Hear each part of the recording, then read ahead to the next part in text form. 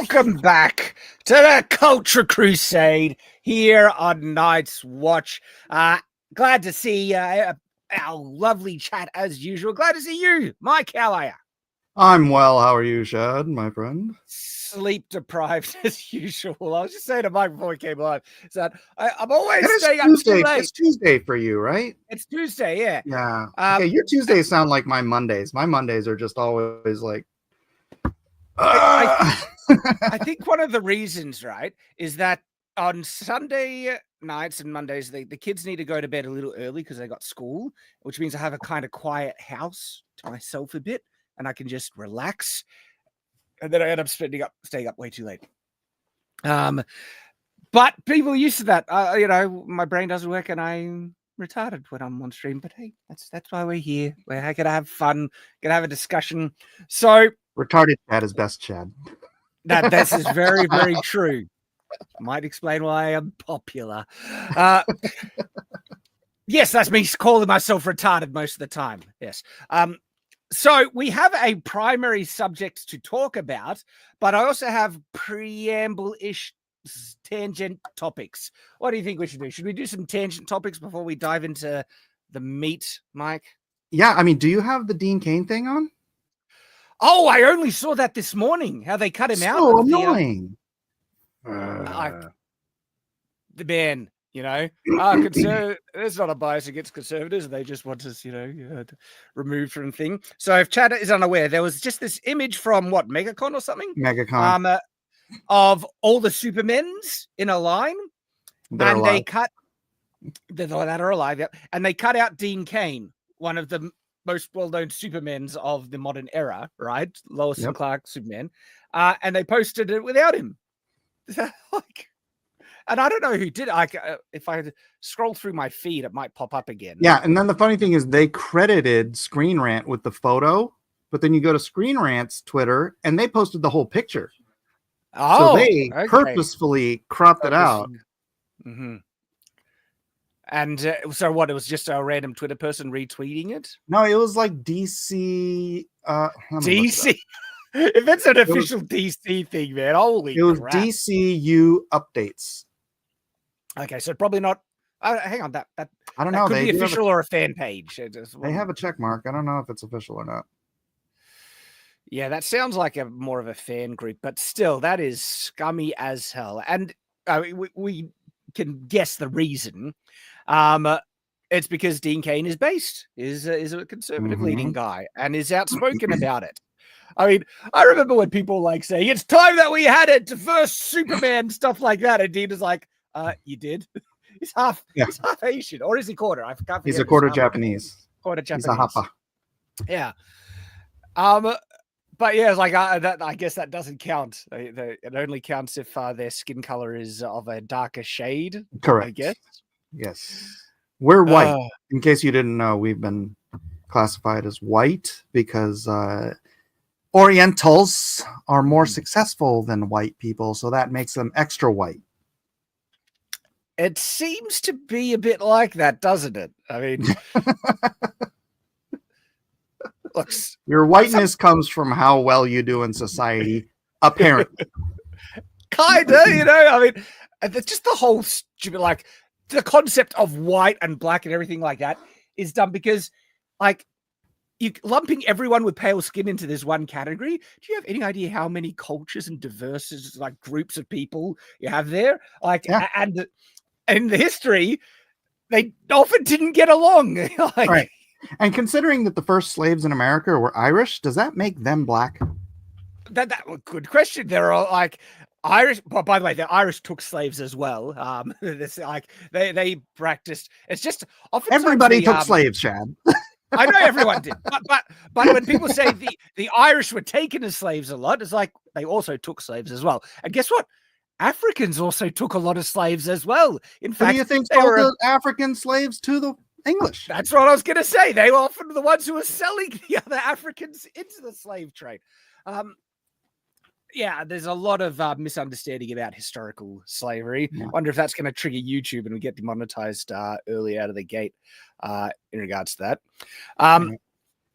But on yeah, a that lot point, of people. though, on that point, I would like to point out that prior to, I think, 1963 or 1964 Civil Rights Act, Oriental Americans, and I hate using the word Asian because that counts Russians and Indians and Pakistanis, Oriental Americans had no more rights than blacks did. They were used as cattle labor.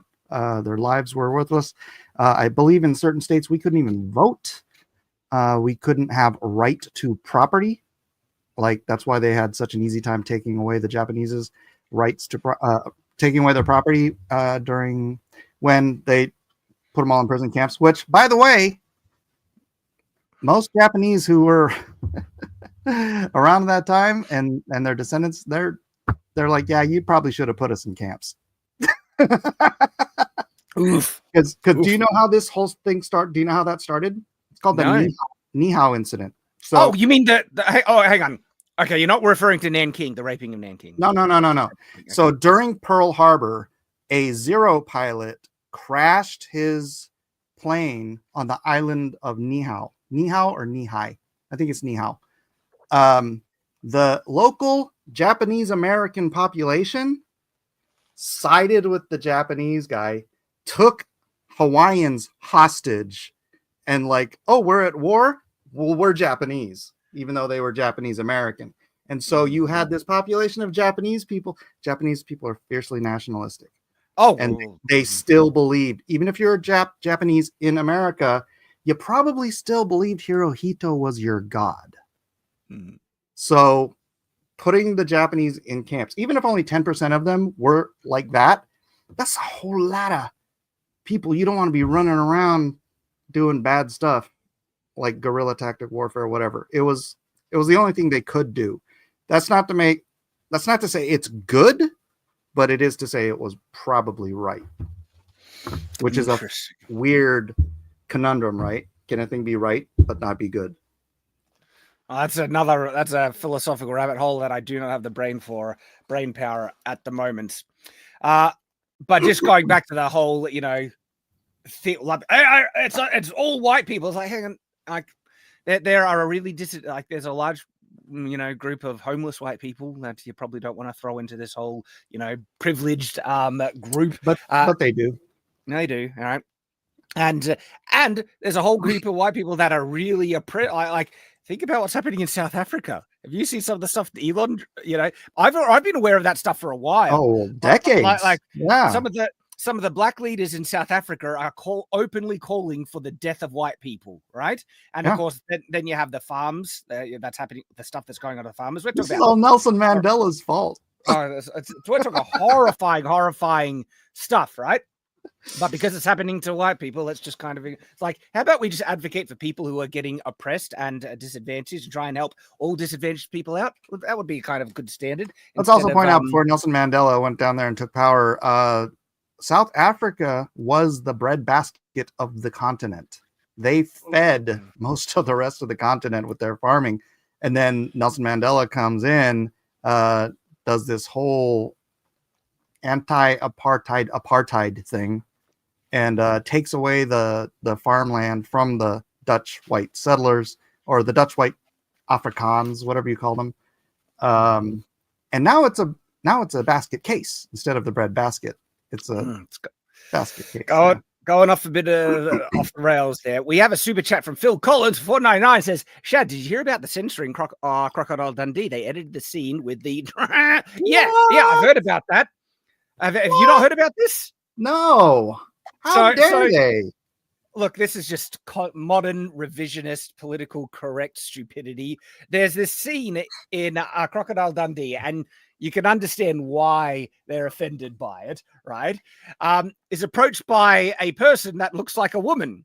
And look, it's actually, you would consider them passing. And this thing, they're passing, but they're not actually, like, they're a cross-dresser in the show. They're not, but, the trans movement likes to lump every, related kind of thing into their, basket to get, there's more of us when this is actually just an open cross-dresser.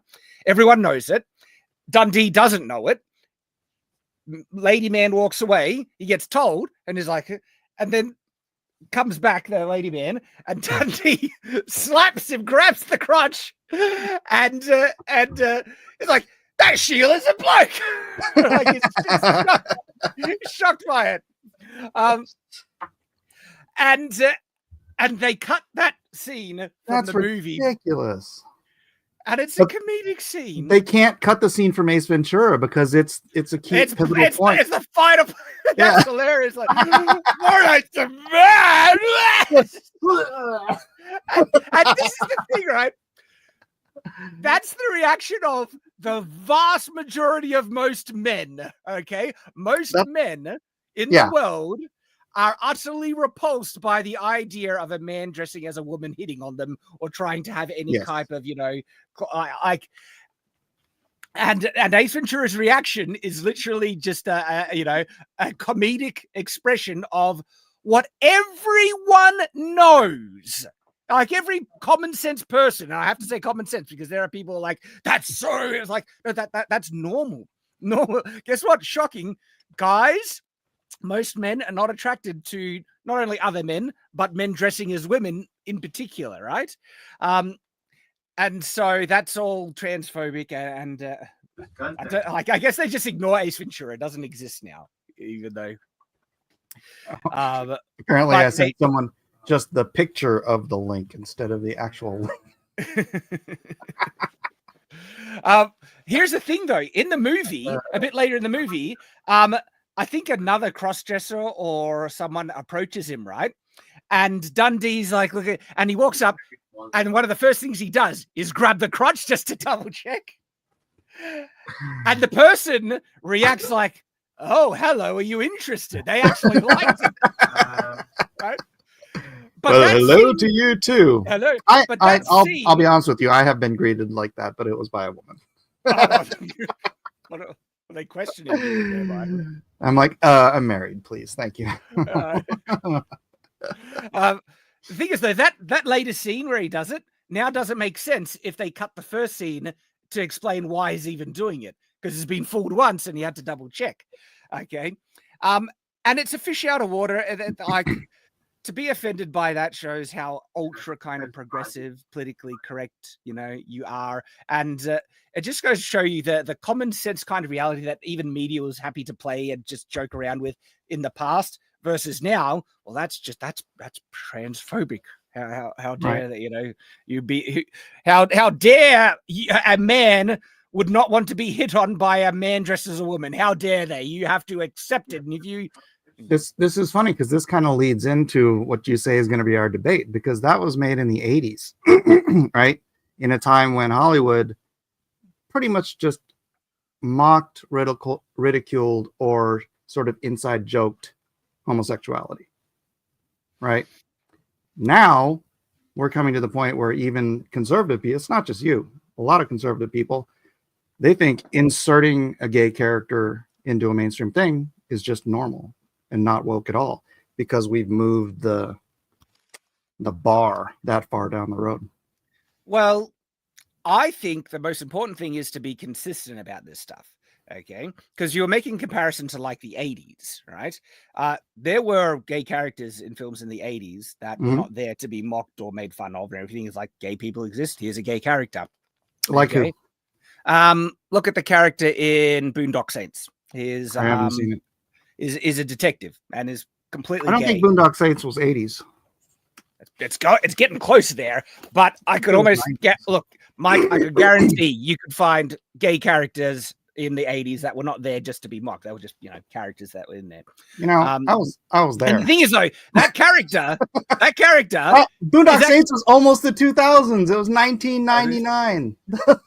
If you want me to look up other ones, I'm sure I could find them. Thing is, though, my stance is about consistency. Okay. And not only that, also, what is it trying to push? Okay. Because I don't necessarily think a piece of media has an agenda if it has both philosophies or ideals pushed, right? I don't necessarily think something has an agenda if it has something that you could consider pro-woke, if it has a lot of pro-conservative or traditional values or anything in as well. If I see it's actually giving a fair representation of both sides, and by the way, this is a consistent standard I've had for friggin' years. You can go back on the thing and I've voiced this exact same thing, okay? If it's sharing both sides equally, then it's just giving a voice to both sides, and it's not actually trying to promote one or the other. It's just making sure that, like, you know, for instance, one of the ways that I take it is like, I really get annoyed in media where it makes a mockery of Christianity. Okay, where it's like you have a Christian character inserted into a piece of media that's just there to be made fun of and their beliefs belittled. All right, because that's not representing my beliefs fairly or honestly. Okay. But then there are some piece of media that has an openly kind of atheist character, okay, that shares many atheist viewpoints, right? And you could consider, well, this is a very anti-Christian show, but then it's balanced out by a Christian character that shares many Christian viewpoints from a completely sincere and represents. Great example, Bones. Have you know the show Bones? Yes. Main character, atheists, and she constantly calls religious beliefs myths, legends, fictitious, and stuff. But the other main character, I forget his name. Is the I know I'm drawing a blank on his name too. He played Angel. He's Booth. His name is Booth in the Booth. Booth is a very religious person, and he constantly pushes back against Bones all the time in a pretty sincere way. And that's a show that actually represents both sides. Okay, and because both sides are being shown fairly, even though it has a very anti-Christian kind of character in it, it's showing the other side, and therefore I'm like, I'm fine with that. Okay, because Moonlighting did that too, and that was in the 80s. There we go. Okay, you see, and so that's kind of a standard that I hold when I gauge all types of media. And if it does that, I don't necessarily think it has an agenda. And yes, this is going to lead into the discussion around Kingdom Come Deliverance 2. We're going to talk about that. And as the title of this live stream questions, is it woke? Well, I'll share my views on it. By the way, preface to all of this, right? If you don't like, for instance, if you didn't like the fact that there is an outspoken atheist in the show Bones, and that turned you off the show, and you was like, this is a piece of crap, I don't want to watch it, perfectly fair, all power to you. But if you're then going to say it is wholly anti-Christian, I would have to push back and say, well, no, it actually is also pro-Christian. It shows a balance, okay? Well, to an extent, because he wasn't a very good Christian. It's kind of that, you know, I'm still going to do all the things that I would do, whatever, but I'm going to say, well, but there's a God. What do you mean you don't believe in God? You know, that's Moonlighting was like that too. It's like, yeah, there's the pro-God character, but they're not walking born again Christians. You know what I'm talking about? They're cultural Christians. I think he did some things that were actually more Christian. And he's a heroic character. He's always presented in a very positive light. And there are moments when he actually does kind of shut down Bones completely about her atheist kind of, you know, grandstanding and stuff. And so they actually kind of give him some wins in the arguments. And so, you know, it was a decent balanced kind of depiction. And honestly, I think that's one of the best ways to approach media, okay? Because Brandon Sanderson has talked about this as well. He shared, you know, when Christians are shared in media, they're often joke characters, and that always upset him. And so what he does, even as a devout Mormon, right, when he has atheist characters in his books, he tries to have those characters and their viewpoints and world depicted in the way that people who would identify that would want to be depicted, because that's how he would want to be depicted if Mormons appear in media. And I'm like that as well. Like, for members of my church, I get annoyed when a member of my church, you know, a Mormon appears in media and they're either misrepresenting our faith, joke character and stuff like that. But when it's done correctly, I'm like, thank you. I appreciate seeing that. And so I do think it's good to try and offer that perspective to people I disagree with if they're in my media. And so, oops, I got and look, like, there's a chat saying, "Oh, what? I sold out. Get off it, mate. This is a consistent standard I've had for friggin' years, right?" And plus, so he's a young buck. He grew up with this thing where he's already a half-cooked frog. So No. Look. You're No. young enough to be one of my Come kids, on, Mike. right? I know you and I kind of actually have a different standard when it comes to like the satanic panic stuff, and we've already had a bit of a debate about that. But this is a consistent thing I've had my whole life, where I think even the overzealous kind of Christian movement to try and censor things in media can go way too far, and I push back against that as well. Okay, I'm more about let people have the freedom of choice to make and do things so long as it doesn't harm other people. And I know we got into the sticking point of what is harming other people and stuff. We don't which stream, because we can encourage people to go watch that one. It was when we were discussing Porn. Goonagate. It's the Goonagate stream. Let's catch up with some of the super chats, and we'll continue, because this is going to be probably the main theme for the whole stream here. Buddy Rap for $2 says the panel is shrinking more every day. Oh, thank you for still being here. Links are out. Some people might not be able to get in early enough for this one. I'd be happy if it's just me. I might do a solo stream one of these days. I have a list here of the gay characters in pop culture from the 70s to the 80s. It's so few. But they're there though. That was my point. Right. But Jodi Dallas in Soap, which most of you probably haven't seen Soap. This was a really funny, like, it was a sitcom that was really weird. But Billy Crystal played a gay character in that show, and that is from 1977 and 1981. And that's probably the earliest portrayal of a gay character who was not mocked and derided. Jodi Dallas, I just want to jump on one of the chats here, because there's questions like, I've heard Kingdom Come Deliverance has a children's sodomy. Has children's sodomy. Is this true, Phil? No, it's actually not true at all.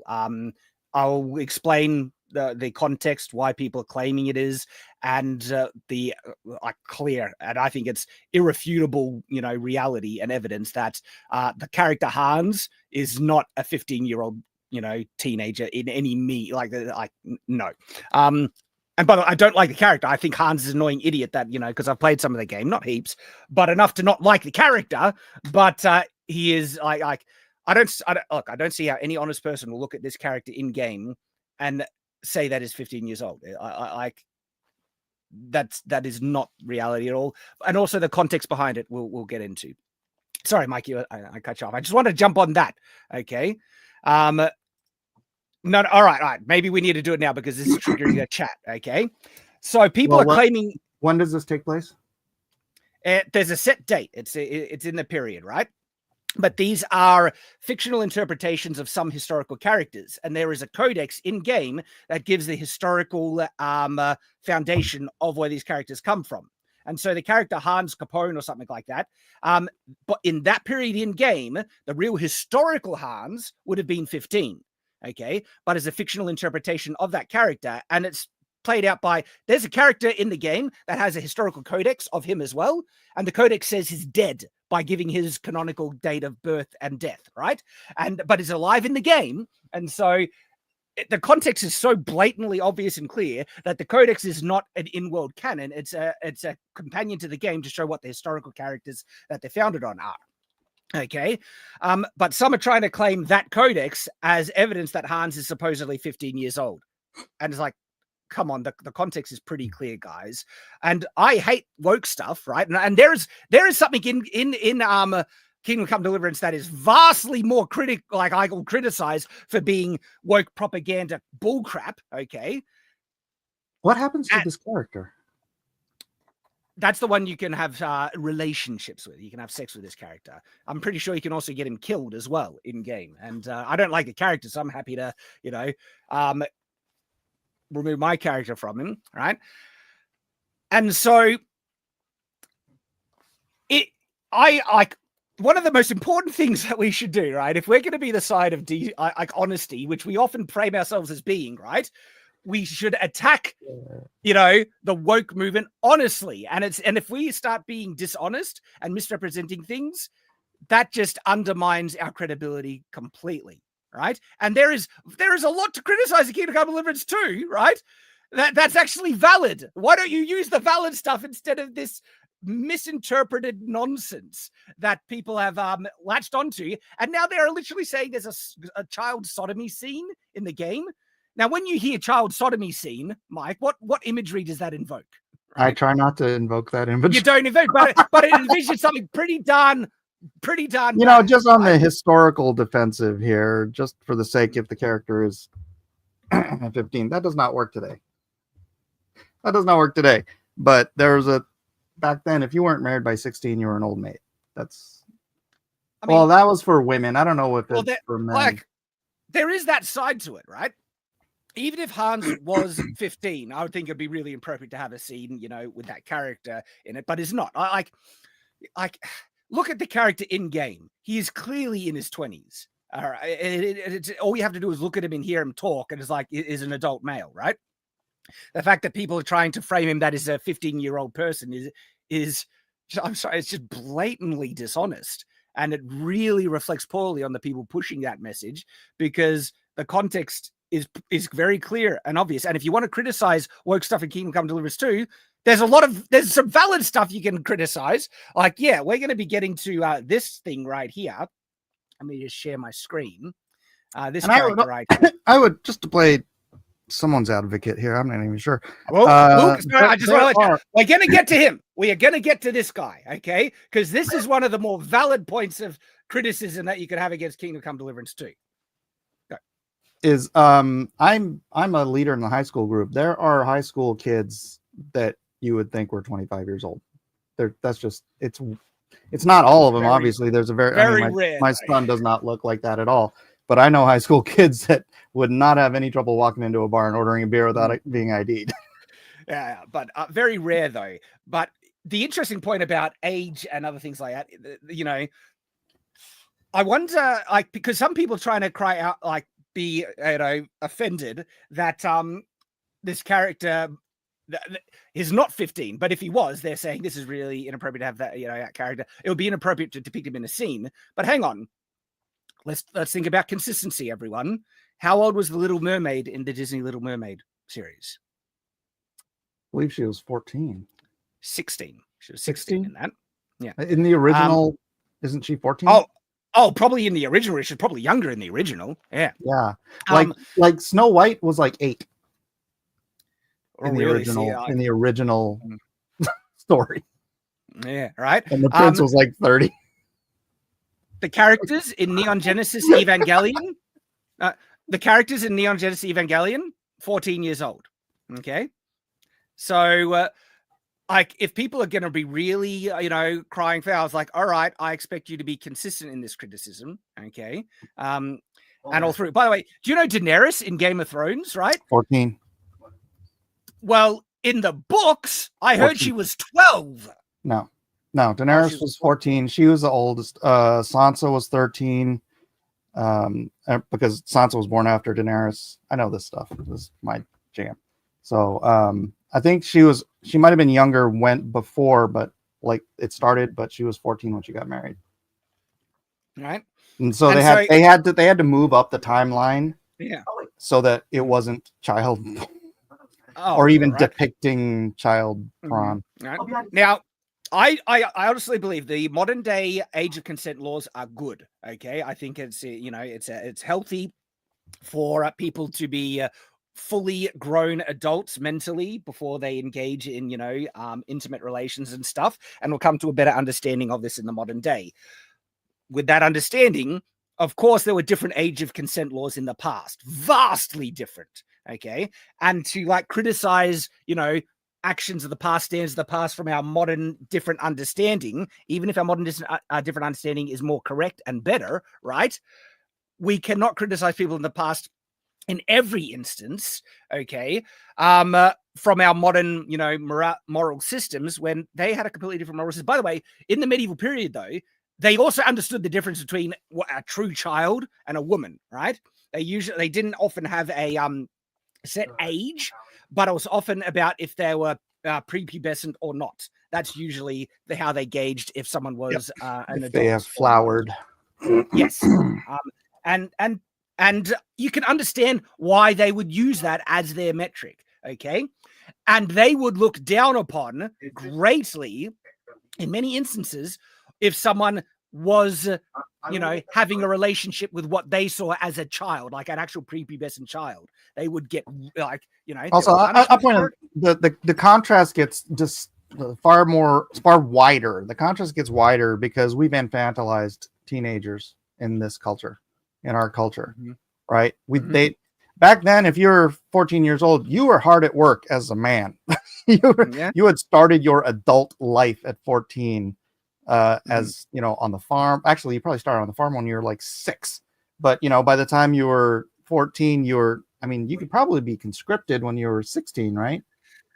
Some close around there, like 16 seems to be in a lot of instances, even like the 1800s and early, both men and women were considered you're basically an adult at that age. Yeah, and women younger would get married off younger. Men could wait longer and see if they survived the first war too.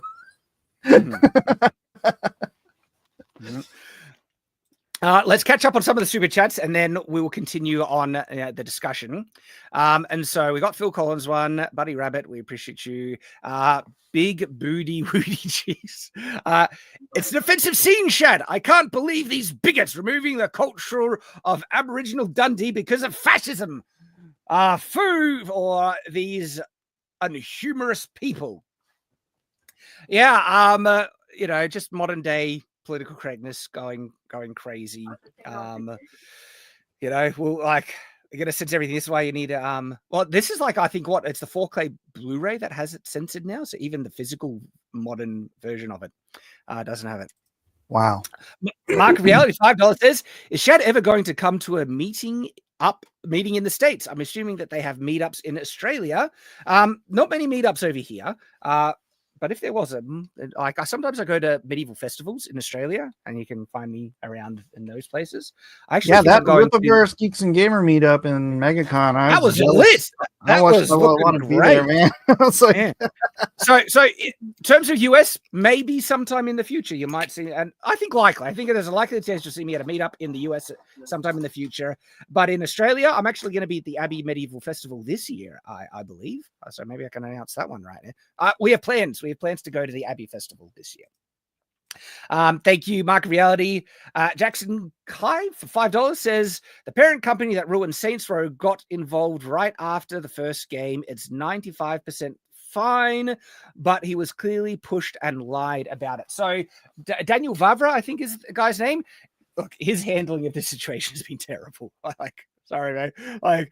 But people have shared old tweets where it's pretty darn clear that no, there's no black people around medieval Bohemia in this period. Now there is a character who has darker skin, is black, and people saying, look, you're flip-flopping. And, there is some, I think, meat that they have against Daniel right there, where it seems like he's flip-flopped. And one of the main questions that I've seen people ask about the Kingdom Come Deliverance stuff is not necessarily that it has some woke elements in, because in totality, it's very small compared to the full size of the game. And I think there are many equivalents that, and look, people have been rightly pointing this out. Like, okay, if you have an issue with the gay sex scene in Kingdom Come Deliverance 2, where was your outcry with Mass Effect? Where was your outcry with Baldur's Gate 3?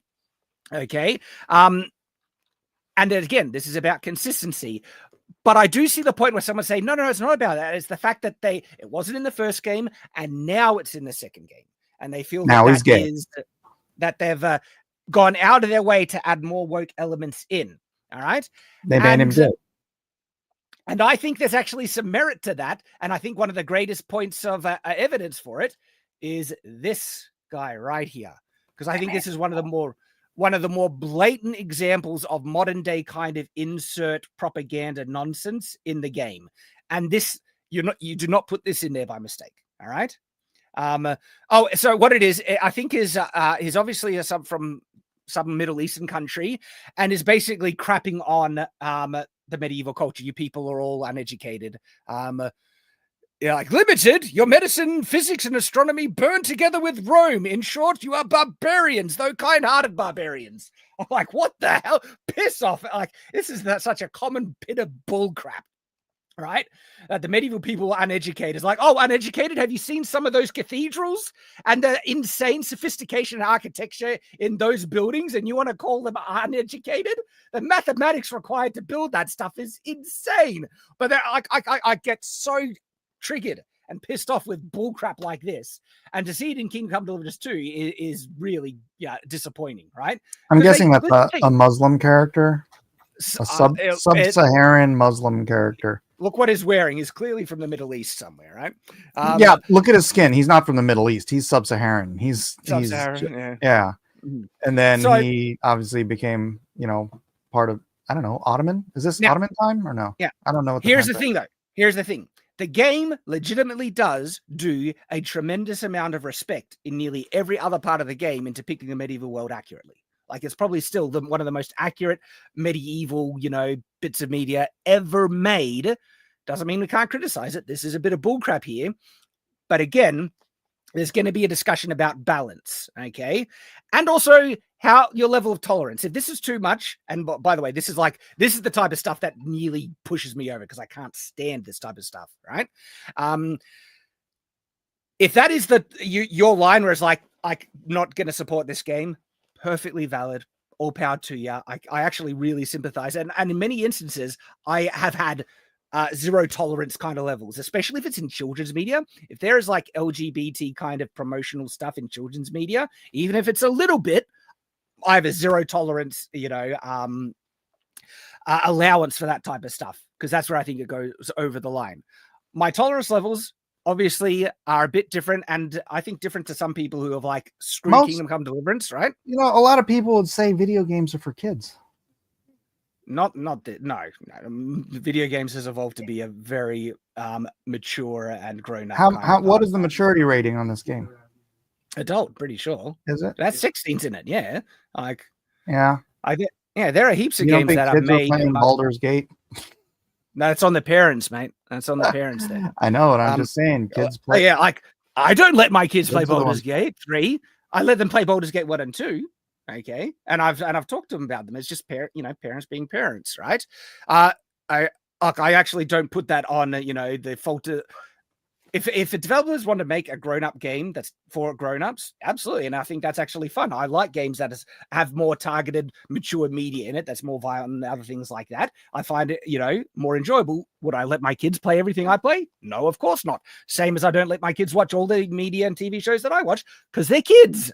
Okay, and the fact that some kids will end up playing it, that's not a criticism on the developers. That's a criticism on the parents. Okay. And it doesn't mean that, more mature video games shouldn't exist.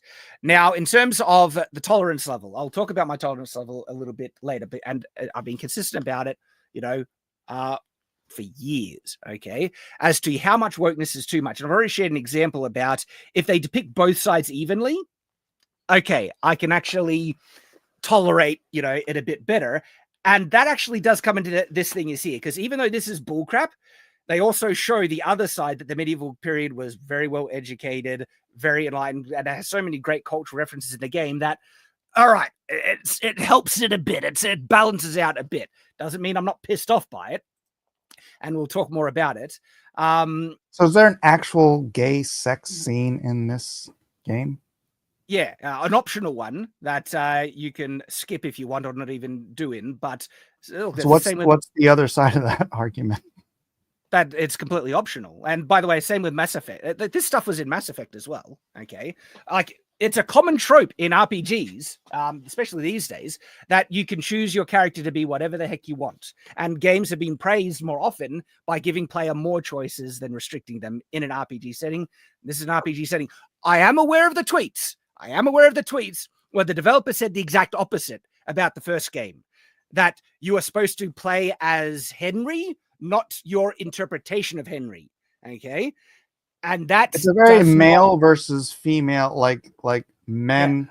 Yeah. So I'm aware of the contradiction of the, well, and women want to put themselves in the character. Oh, no, because I like making, as a writer, I like making my own characters in a game. In fact, character creation is what I could enjoy this game 100 times more if I had character creation over forcing me to play Henry. Right. But, I'm aware of the tweets, and this is why they're marketing and damage control for this whole stuff is just terrible, because they said the opposite about the first game, right? To try and justify the limited options in the first game, and they've later come out saying contradictory things. And so we'll get that. And yeah, so the issue is that they've pushed and lied about it. And I think there are some dishonesty, and that's so they've handled this really, really poorly. So thank you, Jackson Kai. So Jeremy the Cyborg, $5. Shad, I have an RPG project you might be interested in that I'm giving away for free. I sent you a DM. Appreciate you, Jeremy the Cyborg. I have to say I probably won't have time. But I'll certainly check out the DM. But I can't promise anything. But still, dude, all power to you. I wish you the best with it. Okay. Buddy Rap for $2 says, well, if you're handing those links out, look, I appreciate you, Buddy Rabbit. We maybe, but at the moment we're just keeping it between us. All right.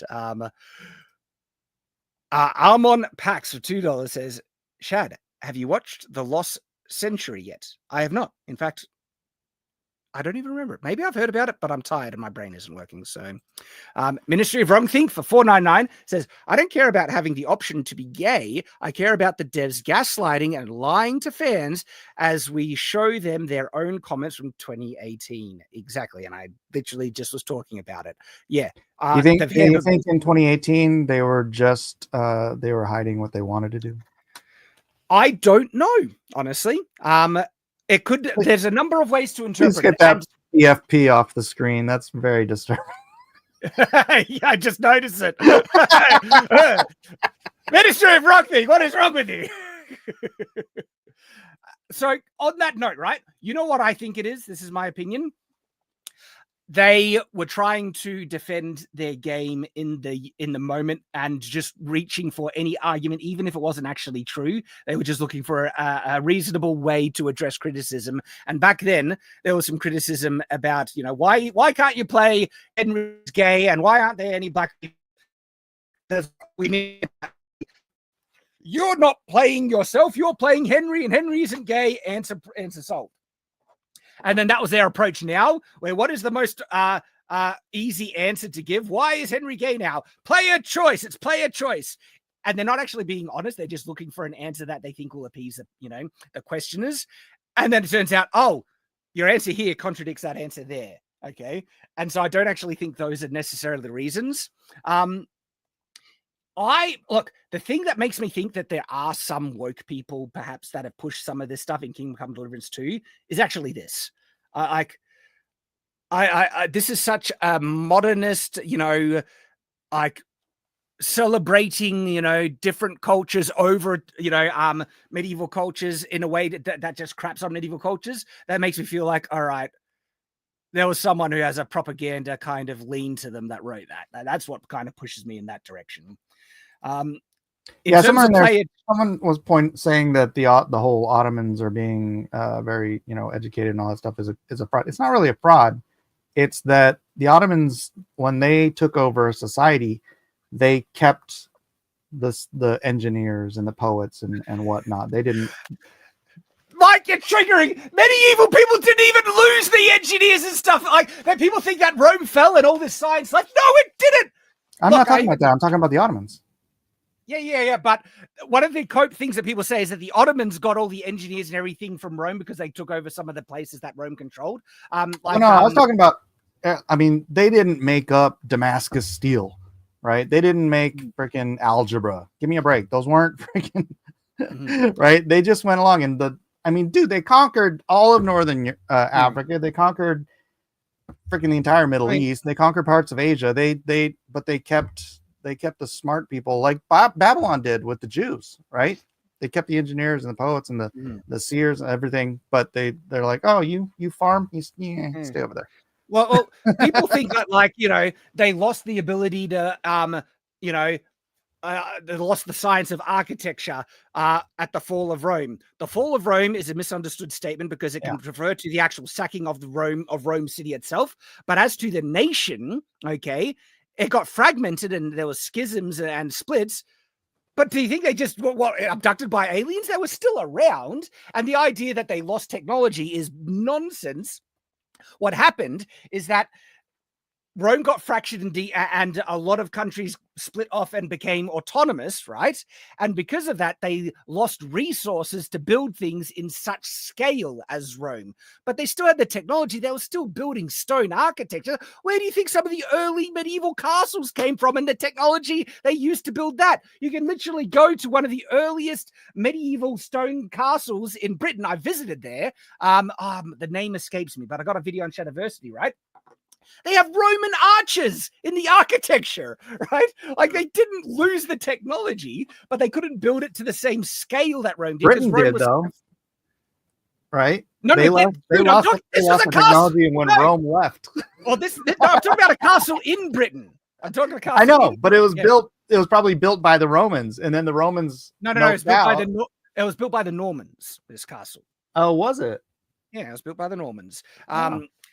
And that's what I mean. Is like, yes, access to education became different with Rome, decentralized and stuff like that, but there were still educated people there. Latin, where do you think that language came from? Rome was still the language of education and the aristocracy over the entire continent. They were still reading Roman books, right? And everything. And so this idea, and that's why I hate this bullcrap thing so much here in Kingdom Come Deliverance 2, that everyone in the medieval people became uneducated. There were, of course, uneducated segments of the population, just like there were in Rome, but there were universities and educations and literature happening all over the place. It triggers me. You get me on my soapbox here. And Rome, like Byzantium, right? Do you know what Byzantium was called? Constantinople. I thought that was Istanbul. Now it's Istanbul, right? The Byzantine Empire, right, is basically half of what Rome ended up as, right? Yeah, they moved the capital. They moved the capital to was it Istanbul? What was it? Well, it's not. That's the modern word. What's the first one? Constantinople. I mean, it was Constantinople. They renamed it Constantinople. I'm trying to remember the name it had before it was renamed Constantinople, because it might have been Byzantium, but Byzantium might have been after. I think I get them mixed up. All right. But the Byzantine Empire was a massive power player in the medieval period. I mean, that's what it was. It was the incursion of the Middle Eastern countries to Byzantium that set off the first crusade, because he wrote for help to the Pope in Rome.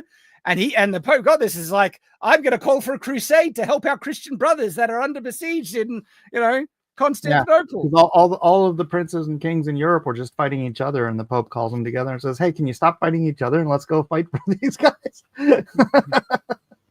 One of the things, like a thing that the Pope did that just set off. Isn't Acre in like near Jerusalem or near? Yeah, Acre is further down, I believe. Yeah. What set people off so much? And I'm not like, the Pope realized that this was going to happen. He said, because the Pope was concerned about all the infighting and mini wars that were happening across Europe. And one of the concerns that was like, well, the Bible says thou shalt not kill. There's all this killing happen. And there were times when the Catholic Church, they even tried to outlaw the use of bows and crossbows because of how deadly they were, right? Or didn't work, by the way. But they were actually, for a number of, points you can find, they're concerned about this. So one of the things that they did is like, all right, yeah, instead of killing everyone, it's like, all right, killing Christians, bad. But killing, pagans, that can be, you can do that and you'll get forgiveness of your sins. And people are like, what? Are you saying I could go off to war and plunder and also gain, redemption? And so the reaction to the Pope's call for crusade was just massive. It was one of the largest movements of a large body of people in the world. It was like the first crusade was, oh boy. And this was this was only after, I think, about 700 years of Muslim invasion and taking over constant, and a lot of constant and a lot of it unprovoked violence and war against Christians and European nations, right? And they encroachment after encroachment. man, they almost took over Spain at one point, right? Oh yeah. And they took over Spain almost up to the top. Yeah. And when they got, and it's only when they reached Constantinople, and the emperor there asked for some help, where it's like, time to launch crusade. And so a lot of like that first crusade, even there were mistakes happen, like dumb things happened in the first crusade. Look up the mini crusade or the children's crusade. Oh boy, was that a misfire. Holy crap. There were like 2 bad crusades, but the other 11 were good. But that's not to say that there wasn't like a legitimate need to push back against what was the Middle Eastern incursion and violence that was happening there, right? Yeah, they should have done it earlier, frankly. Oh, my bad. Interesting topic, Crusades. I know we get off on tangents, so we're even going to get through this super chats. We'll get there. Okay, but Ministry of Wrongthink, we appreciate your super chat. Jamie Jam Jars, 49ers. Shad, just because a black man critiques a place, its people, does not make it woke. There's a mission where the Bohemians talk crap about Moravians. That's what I was saying about the balance, okay? This feels really woke because it's a common woke trope, right? Where activists who have an issue against, I guess, what white culture and white history, which is European history, medieval history, right? Constantly like this, because I, orbit medieval history kind of communities and stuff like that. This stuff stands out to me a lot because I've seen it a lot, where it's this constant elevating of other cultures and crapping on Christian cultures. Happens a lot in the movie Kingdom of Heaven. And we see it in media quite regularly, especially the depiction that, that there was no science or that we're all uneducated goose. And look, even one of my favorite films, Robin Hood, Prince of Thieves, Azim is depicted as this highly educated, sophisticated, Middle Eastern man. And Robin of Locksley barely can read and is like, how did a people as uneducated as you ever take Jerusalem? Literally a line in that film. And I love that film. But it's like, they took it because they were very educated. They built these really sophisticated siege towers and had really complex siege tactics. That's how they took Jerusalem, it seemed. All right. But Jamie Jam Jars, you bring up a really good point. I'm glad you mentioned it. It's like he's saying that there are other points, right, in the game that balances out. And that's what I was saying from the beginning. If there is a balance in it, it becomes far more tolerable. That's what I was like. And also, if there is a balance in it, if they're honestly depicting both sides, that actually makes it not propaganda, okay? They're just showing both sides from an argument, all right? And then if the player or viewer can receive both, they then get to choose for themselves. So you can choose to be gay or straight. Is there a straight sex scene too that balances this all out? Yeah, there's heaps. In actual fact, it's a mature game. Dude, in the game, you can go to bathhouses and hook up as many times as you want. I don't understand the point of doing that in a video game. I'm sorry. I just... Well, yeah. Like, why is this in a game? But the thing is, though, popping off a goblin's head or something? The thing is, though, Mike, yes. To answer your question, yes. It has both. In actual fact, I'm not sure, like, the other kind of part to all of this, right, is that I've played the tutorial, and this, I know it's too soon to judge it, but from what I've played so far, game's a bit boring for my taste. I might still give it a go even further, but at the moment, it's not winning me over. And that's just, it's my personal preferences. Not to say the game is necessarily bad, but I don't necessarily find, missions where you have to move sacks of wheat manually for 10 minutes, an entertaining endeavor. That's grinding, bro. You got to grind. You have a point there, Mike. I'm actually gonna, let you, because this thing, I can enjoy some grind games, and it's the way that I play. Because I was streaming, I couldn't really just lose myself in the grind. And that made it an unenjoyable experience. When I'm playing by myself, I chuck on an audiobook or a podcast, and that makes the grind heaps of fun. And you wash the dishes. That's what it is, right? And so Conan Exiles, heaps of grinding, and it's resource collection. I just chucked on. I've grinded countless hours in that game in the right circumstances. It would be boring as anything to do that on a live stream. Hey guys, you want to see me collect iron for 2 hours? Right? So I guess it depends how what you do when you do it. All right, but still, Jammy Jam Jars, appreciate you. Thanks for sharing that. Okay. Thomas Blackfire for $5 says, it would be funny if all the people who made Henry gay were forced to go to the confession chamber of the game later on. That would actually be great, right? If you did that, because there was, some very negative feelings towards homosexuality in the period, I think that would actually be perfectly in line with the game and the setting to have you actually be like, well, you did what? And and people come after you for it. That would be perfectly in line with the game. Nathan Cassidy for $9.99 says, a game that raised red flags for me was Space Marine 2. After playing the game, it turned out to be clean and true to 40K in spite of the obvious checkboxing. Context and presentation does matter. Yeah, it really does. And the way that the developers gone about trying to deal with this has been terrible. And they've made it so much worse than what it is, right? And what's annoying is I actually think there's some valid criticism against it, case in point, and some invalid criticism. I'm talking like massive invalid criticism where people have like legitimately claimed that there is child sodomy in Kingdom Come Deliverance 2. And that is 100% not the case at all, right? It's actually really dishonest to state that about the game. And if we want to actually have credibility in our pushback against woke culture, we need to be flipping honest. Like, criticize it where there's legitimate, real criticism to be had, and don't twist things to make it worse than what it is or anything like. And also, by the way, be bloody consistent. That is so damn important, right? Like, if you are really upset about the gay sex scene in Kingdom Come Deliverance 2, even if there's still, straight sex scenes and you could avoid it as skippable. And I'm going to talk a bit more about tolerance levels again, because that's in relation to why I think if people don't want to play it for that, that's fine. All right. But if you have an issue with that, all right, you better have the same issue with Mass Effect. Okay. You better have the same issue with Baldur's Gate 3. You better have the same issue with multiple RPGs that give you those options. And I find it weird that there's this massive outcry against Kingdom Come Deliverance 2 for this when there wasn't for all these other games.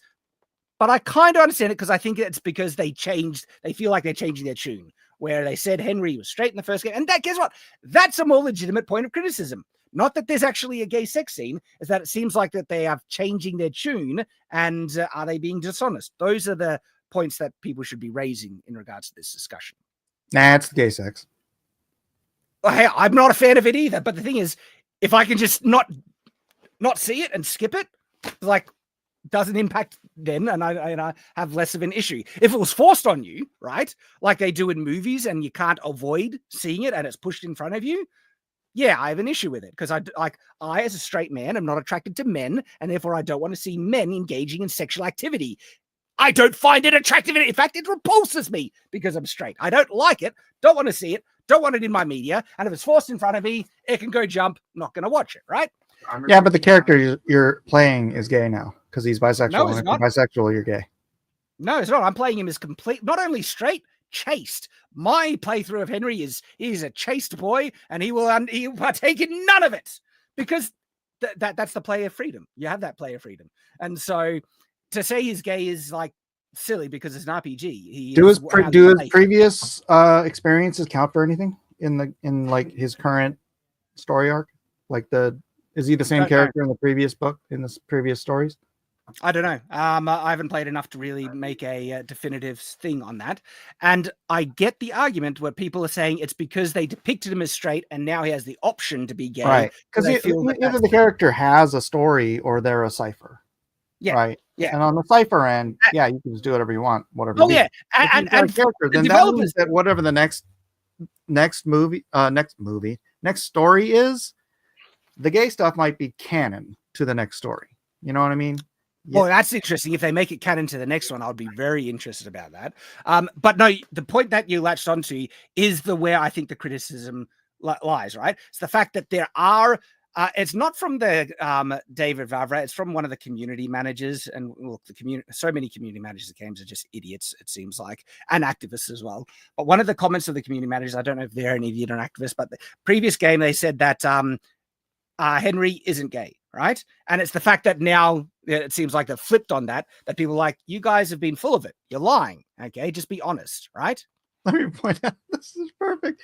Kale Serpent in the chat says, therefore, they're making a statement that gay is a choice.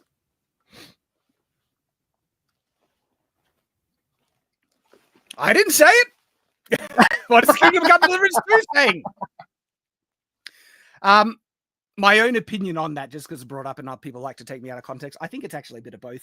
I think, and there are different cases where it's more of a choice for some people. And by the way, homosexual gay people come out and said, yeah, I chose to be gay. They've actually said it. And other people have said, like, if I could choose not to be, I would, but I can't help it. I'm literally, my brain is wired differently. And so honestly, I think it is a bit of both, but I think the left has acknowledged this. The left actively thinks that you can normalize it and encourage people to adopt LGBT lifestyles and identity. And that's why they push it. They have said it. They are pushing it in media because they acknowledge that they feel they can influence people to be more LGBT by being exposed. They're the ones who have said that. They do it. They do it. It's a social contagion now, right? This whole trans thing is a social contagion. Dude, and also, unless you're actively raped, then where you put your private parts is a choice. That is a choice. That part is absolutely. But in terms of what people are inherently attracted to, I think it can be both. And I can't speak for any individuals, but people have said, no, it was a choice. And people have said, no, I can't help it, right? And so both things have been reported. That leads me to think that it's a bit of both as a result. But dude, like in terms of the trans identity stuff, like there are people in Hollywood that have like multiple trans children. It's like my son is trans and my other child is trans and stuff like that. The statistical likelihood of that is insane. Yes, it's like the statistical likelihood as like that the only way that's possible if those kids were encouraged and taught to be trans, because or dressed up as the opposite sex since they were too young to know what the heck they were doing. By the way, kids are too young. That freaking chick that was in Transformers, Megan Fox. Dressing her children. Yeah, I know, right? All right. You should be arrested. A child is too young to even maturely understand these concepts flat, right? One of my sons should be arrested and put in a man's prison. One of my sons was saying I'm a dinosaur. Rah! It's like kids like to pretend.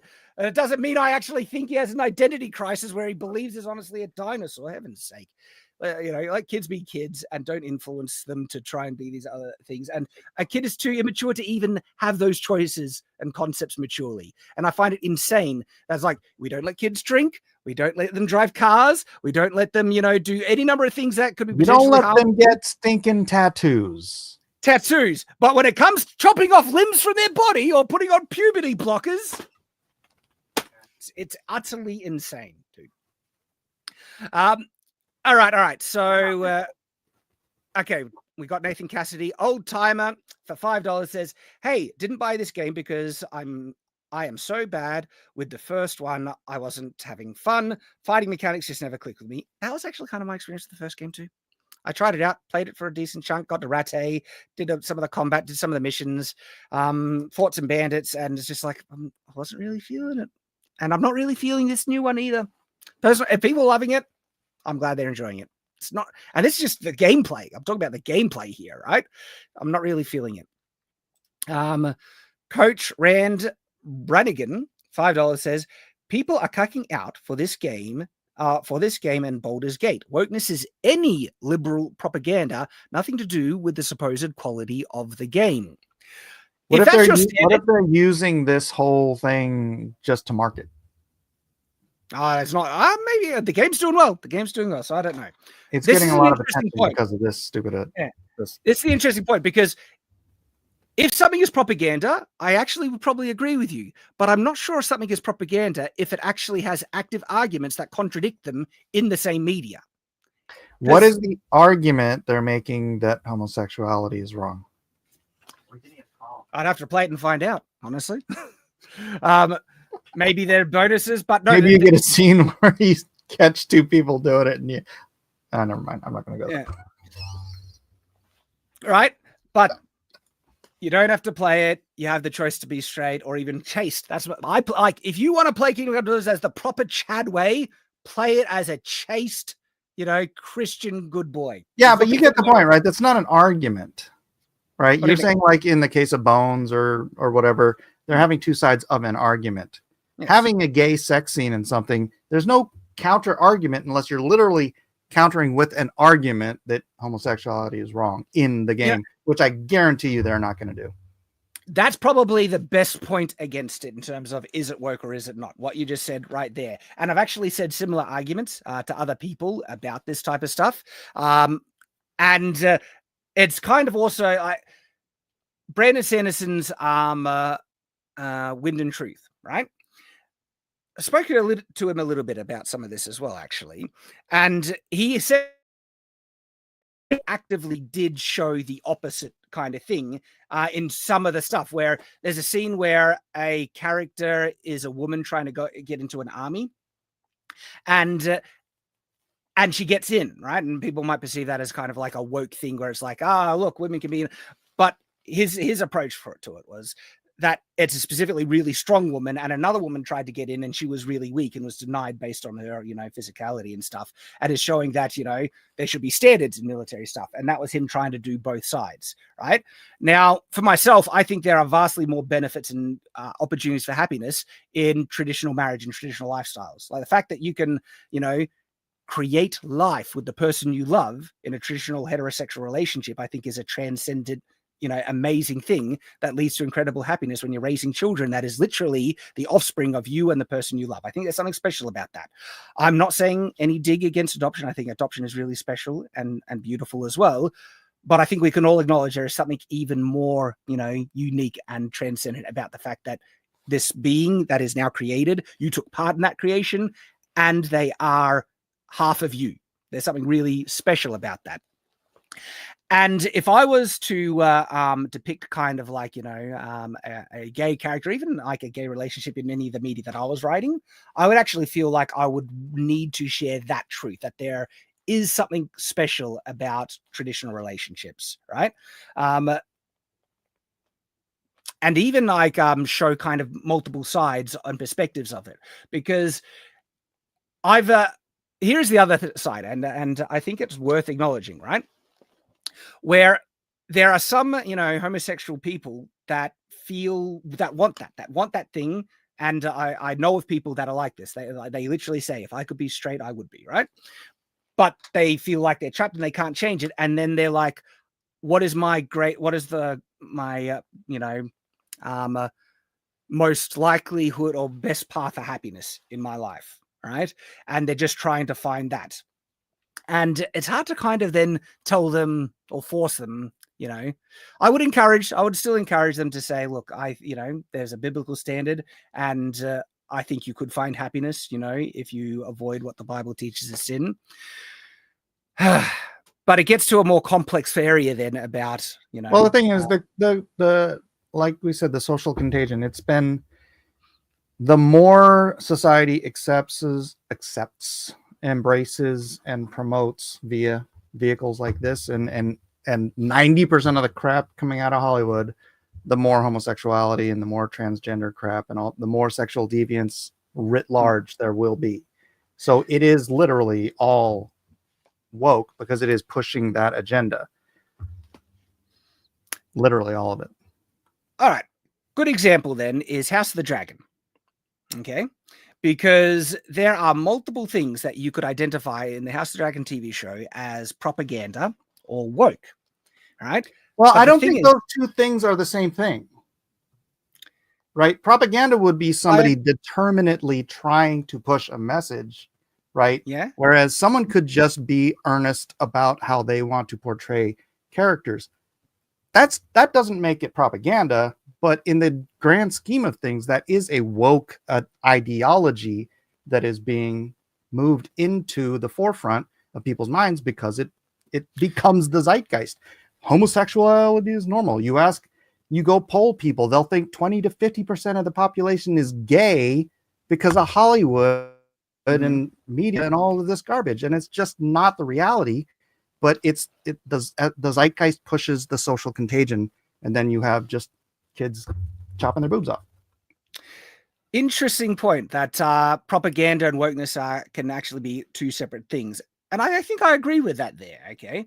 Because here is another perspective I have on it, and I'm mentioning about tolerance and stuff like that, right? Because woke people do exist in the world, okay? And so if I'm writing a story, or there is a story in the modern day, right, it could be perfectly reasonable to have a character in the setting and the story, whatever, that is woke and says a very woke thing.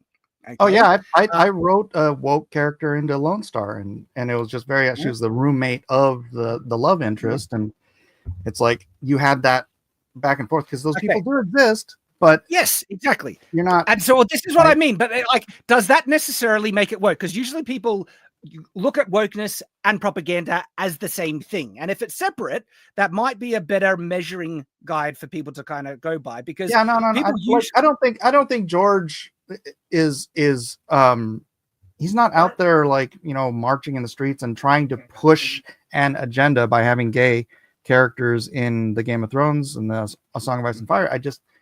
You can just be earnest about what you're writing, and it's not about trying to push. I mean, for in the first Game of Thrones book, it's not like the show, right? The fact that Renly is gay is never explicitly stated. It is hinted at, it is joked about, it's like a right? But it's not. And then in the show, they're like, Loras goes down on him, and you hear the and you're like, bro, that was not in the book. What are you doing? Well, this is important. This is important, especially for people who want to push back against the woke propaganda and movement and everything like that. We need to be careful about going too far. And people can go too far when they cry wokeness when it's not really woke. Like just having a black main character doesn't mean that it's woke, right? And some people have then sometimes attacked it for that. House of the Dragon is like one of the best examples. There is a race change character in House of the Dragons, where he, in the books, pretty clear, is a white character. In the TV show adaptation, the whole family. The whole, not only it's the Valerians, they're all black, right? Yeah. Thing is, though, that enhanced the story and the plot point in House of the Dragons dramatically so. Because, all right, so the son, who's gay and black, marries the daughter of the kingdom, and she has children with another man who does not have that skin color, okay? All right. And now it becomes more of an obvious, these children are not that guy's children. I don't think it would have been any more obvious, because in the book they're both silver-haired, golden-haired Targaryens, basically, and their children have black hair. Mm. It's enhanced more though, because they don't have not only the hair, the skin color is now different as well, but because of that. Like, I think, people might be able to say, well, it's just a different hair color. We can get away with that. But skin color is a very strong hereditary trait. And it became a vastly more open secret. Everyone knew that these children were illegitimate. And the daughter was not faithful to the son. And these are bastards that are not, worthy to inherit the throne, right? And that legitimately enhanced the story. And there's a line when, one of the other sons, at the same time, it makes it a little bit less credible that anybody would believe it, right? Yes, that's the point. That's what makes it better, because there's a line in the show where, so he is the family lines gets complicated. You haven't watched the show, but there's a son from a different, a woman who is also in line for the throne, and he called, one of the illegitimate sons a bastard, and the king comes and, who told you that? And he just says, no one told me, just look at them. And it's a powerful line, because it's just like, yes, it is visually obvious. And the fact that they changed that family to black enhanced that very dramatically. So when that line was given, it's like a slap, and everyone is just like, it is obvious. You can't deny it. No one need to tell them that, right? It's the elephant in the room, but I still think it was unnecessary. Well, I don't care. I think they all did great, and I love that show. Yeah. But great show. Yeah. So, but it's an example that people could and did criticize the change as being a woke progressive change. I mean, if you listen to it, and George is a left-wing guy, right? You could say he's a woke fella, but he's not a propagandist. But he was like, yeah, there's a lot of white people. So he was perfectly fine with him casting the Well, here's the interesting Valerians thing, right? as a black family. The reason for the change is important. Okay. If the author actually said, like, you know, by the balance of nations, it would kind of make sense if there was one noble family that actually had darker skin because of this. I don't think that's what he was saying. He was just saying that, like, but I'm saying, yeah. But I'm saying if an author did make that choice, whereas because like I'll point out there are dark-skinned people in Westeros. Oh, of course, yeah. This is what my point. If an author chose to then make a retcon or change in an adaptation, right, to change a character's skin color for the reason that he felt like, look, I just probably didn't add it enough into the location where there should be a bit more people based on the natural flow of the civilizations in the land, right?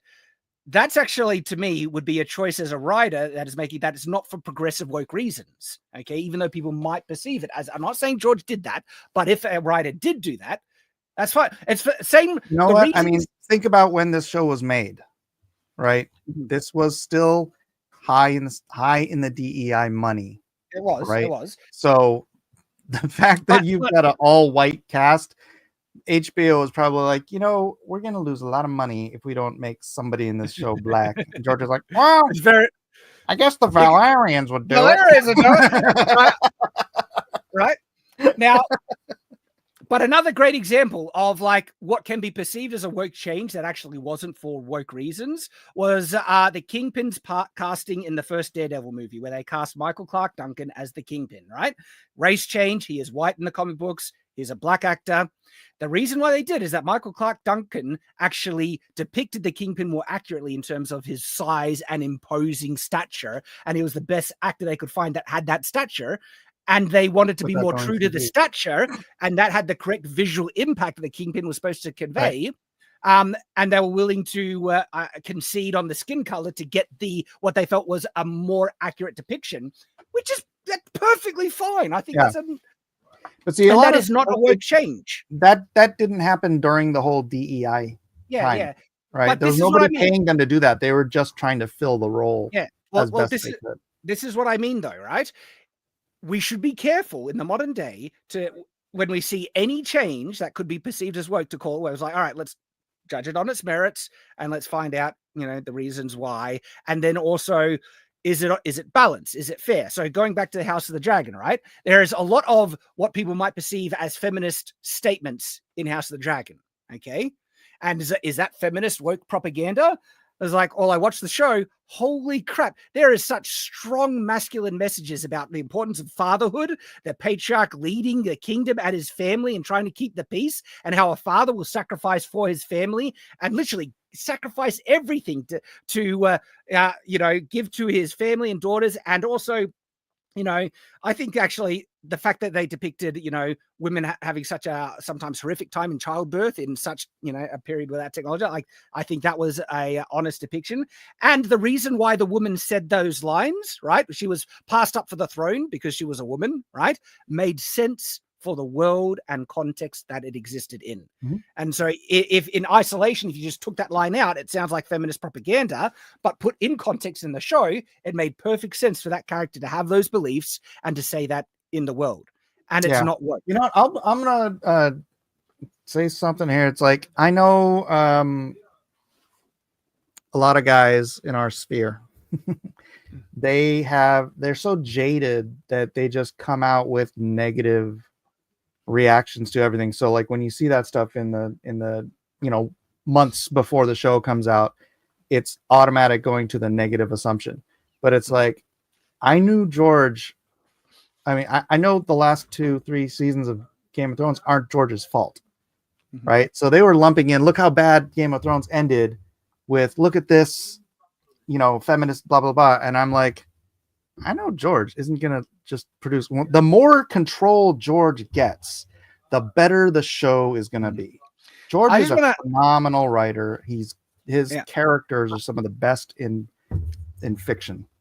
I want to jump on this comment here because I think it's very misguided. King Douglas is working. If anyone is defending it as a social justice warrior in disguise, this is nonsense. All right, and it's comments like that discredits you could call our side in trying to push back against the woke stuff. I've acknowledged multiple times that there are some woke stuff in Kingdom Come Deliverance too. I've shared this one as annoyance, but as we've heard from chat as well, that there are parts in the show that depict people from this culture in a where they're getting teased and ragged on, and that they're supposedly balanced. I haven't confirmed that for myself, right?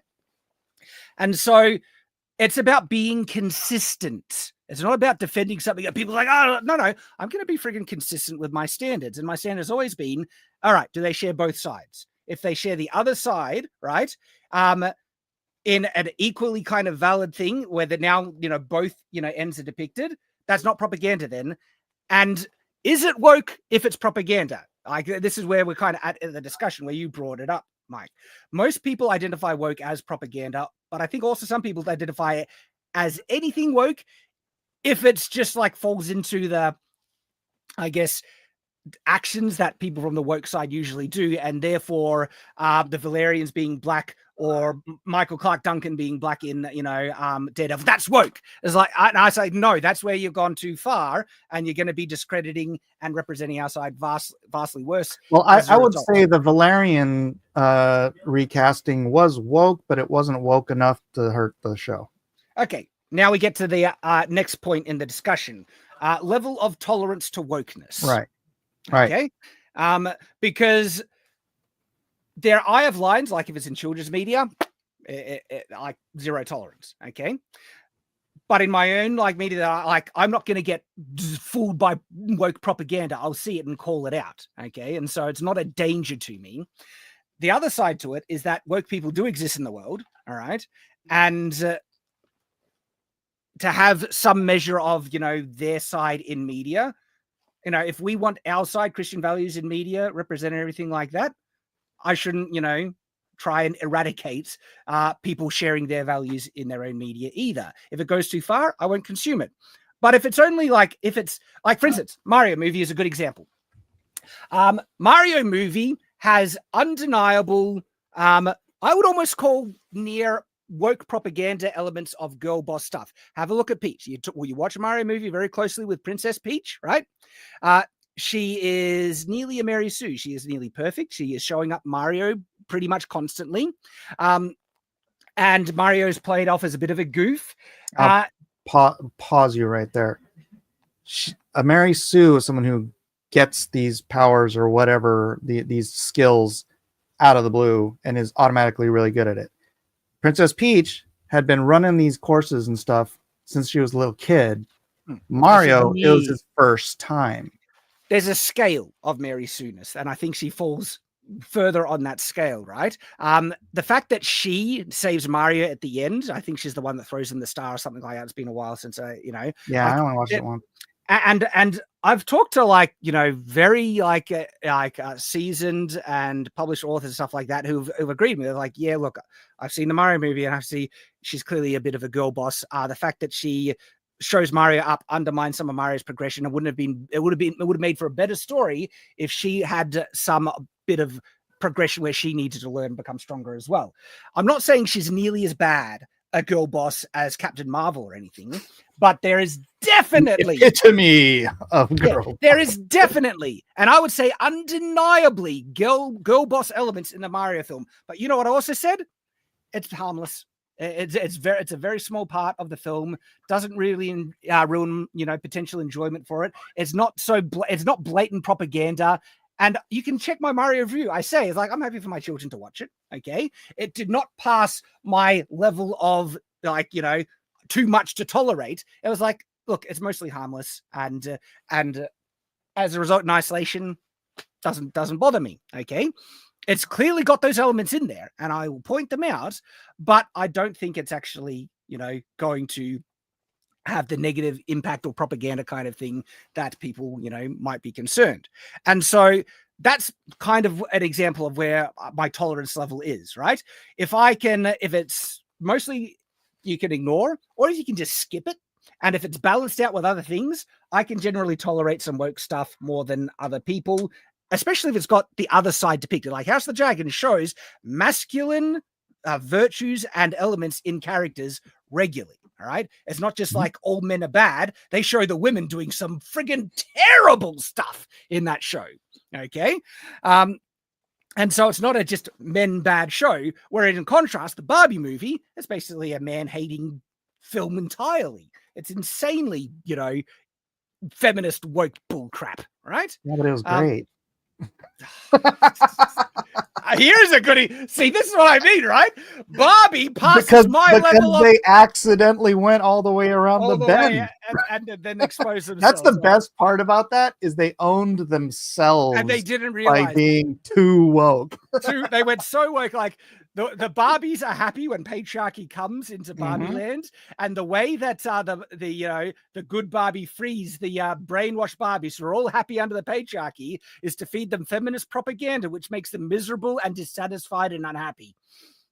And then they gain power against woke. It's hilarious. But the thing is that they actually did it unironically. They thought that was like good feminism, right? And that's why I don't give it a pass, even though I know it's got that interpretation in the film.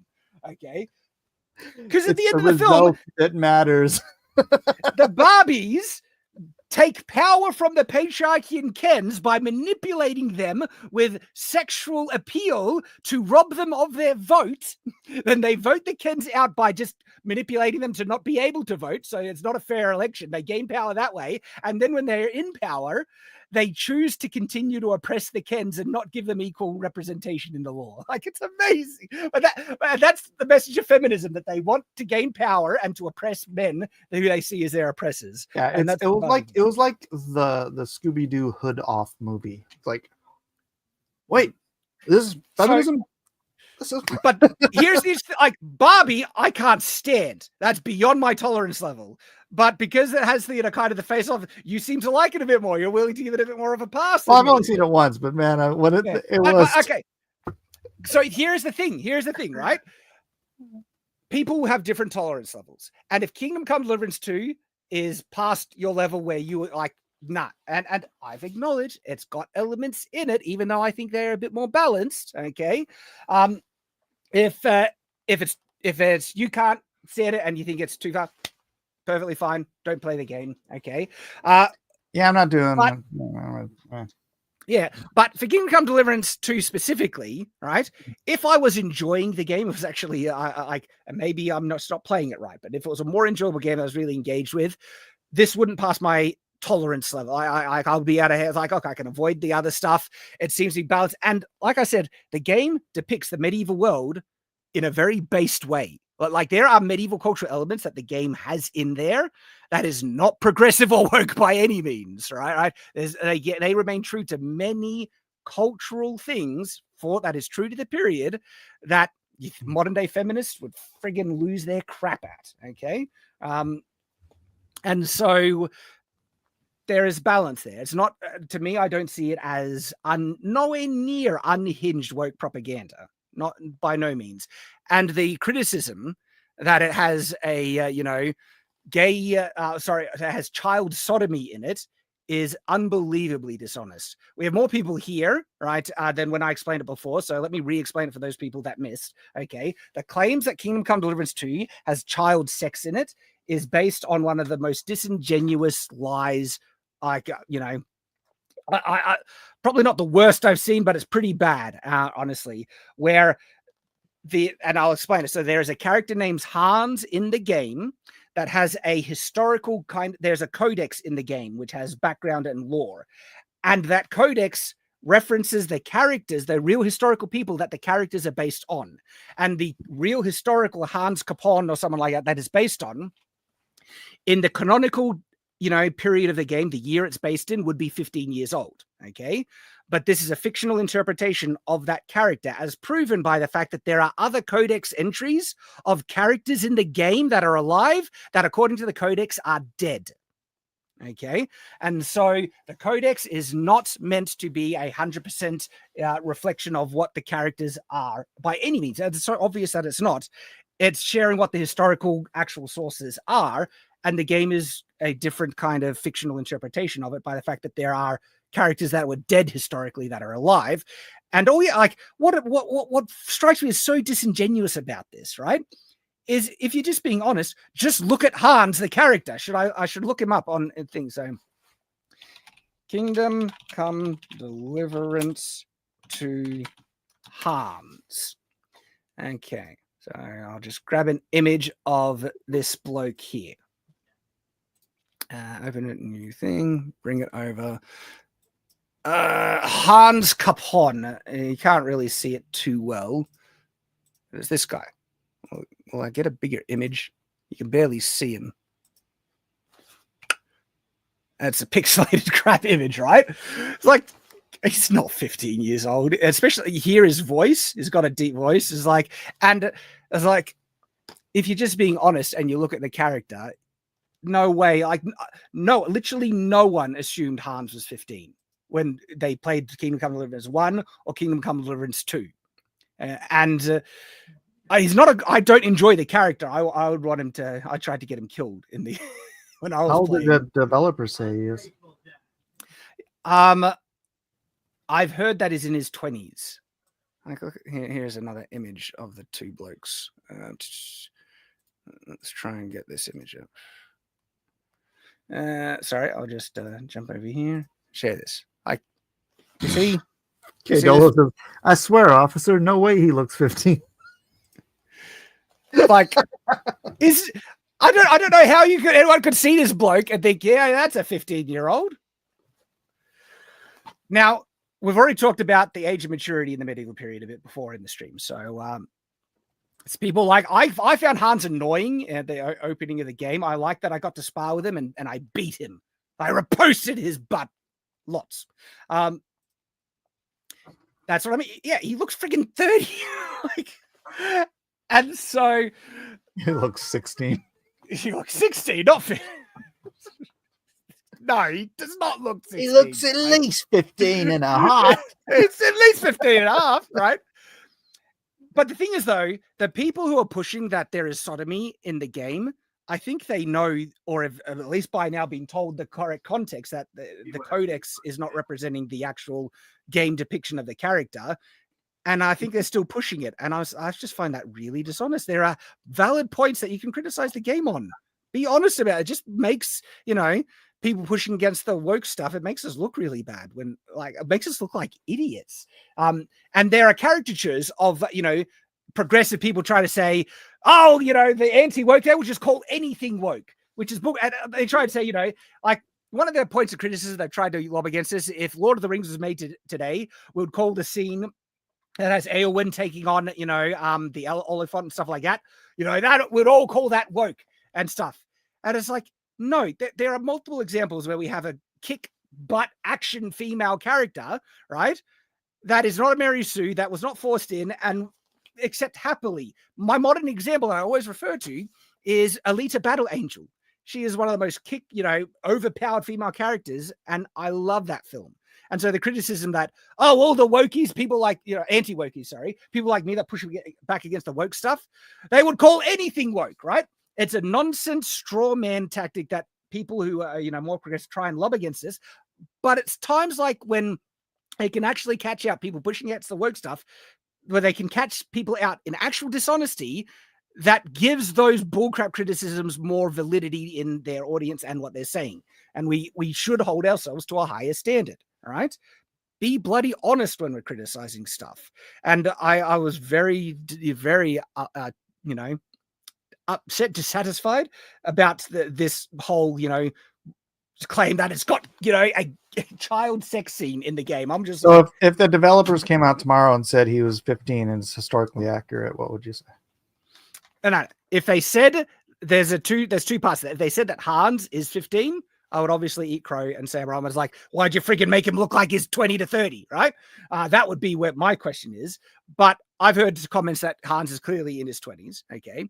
Now, the other side, if they're trying to justify it because age of consent was different in the medieval period, I mean, there is something to that argument because the age of consent was different. It wouldn't justify putting it in a game with a gay sex scene, having a 15-year-old engage in it. No, that wouldn't justify it. But to acknowledge that the age of consent was different back then, yeah, obviously. Hold on a second. Sentient G3, the actor he's based on is like 30. So what? Yeardley Smith is like 60 and she plays an 8-year-old. That doesn't. Yeah, like the actor that's playing. Well, hang on. It depends. Actually, matter. No. You know what? what? No. There's a point to actually what's saying, because some of these characters in Kingdom Deliverance 2 are literally visually based on real world people, actors. Like, Oh, really? I know Henry is, and if Henry, like, you can look up the actor who voices Henry. That's him. They literally reproduce his face in game. Okay. And so, gotcha. If they did that for Hans, Not bad. and the real world person that they're basing Hans off of is like in his 30s, that's another point. It's like, this is not a 15-year-old character. They literally modeled him after a 30-year-old. So I think that's what it's saying. I agree. Yeah.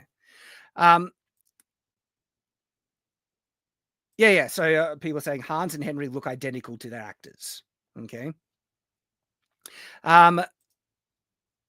What if he looked 90 and they said he was 15? I would ask him, why the hell did you make him look so old then? Like, that seems really weird. Aging disease, right? Benjamin Buttons over here. Yeah. We'll keep getting some of the super chats, but we're jumping to the super chats, jumping back a bit and everything. Okay, I just need to find out where. Okay, yep. So the last one was like any wokeness they felt was liberal propaganda. And look, if that's your tolerance level, you are perfectly entitled to have that. I get that. For me, I have a different line where I think there's clear like woke propaganda, like Barbie movie and crap like that, where I'm like, nah. But in terms of little bits of woke that's balanced out by other stuff that isn't woke, I'm usually fine with it. Like, I can just ignore it. Hold on. Dan the Animator says, y'all giving points to Veilguard and not to KC2 is beyond retarded. That's him. Hang on. No. Hang on. Where is it? Gay crap is woke, so get me out of that comment right no. If you think... No. Wait. If you think Kingdom Come Deliverance 2 is on the same scale of wokeness as Veilguard... I don't think it's on the same scale. I think, I think it's an overall overarching push to normalize and not propagandize, but normalize and just accept homosexuality as a normal thing. And you can see it. I mean, I don't want to just keep repeating myself, but the population, it's in the zeitgeist that half of everyone is gay or some crap. It's malarkey. But whoever said that in the chat, I missed the chat. If you honestly think that those are on the same scale, I'm sorry. Here it is. Don the Animator. I'm sorry.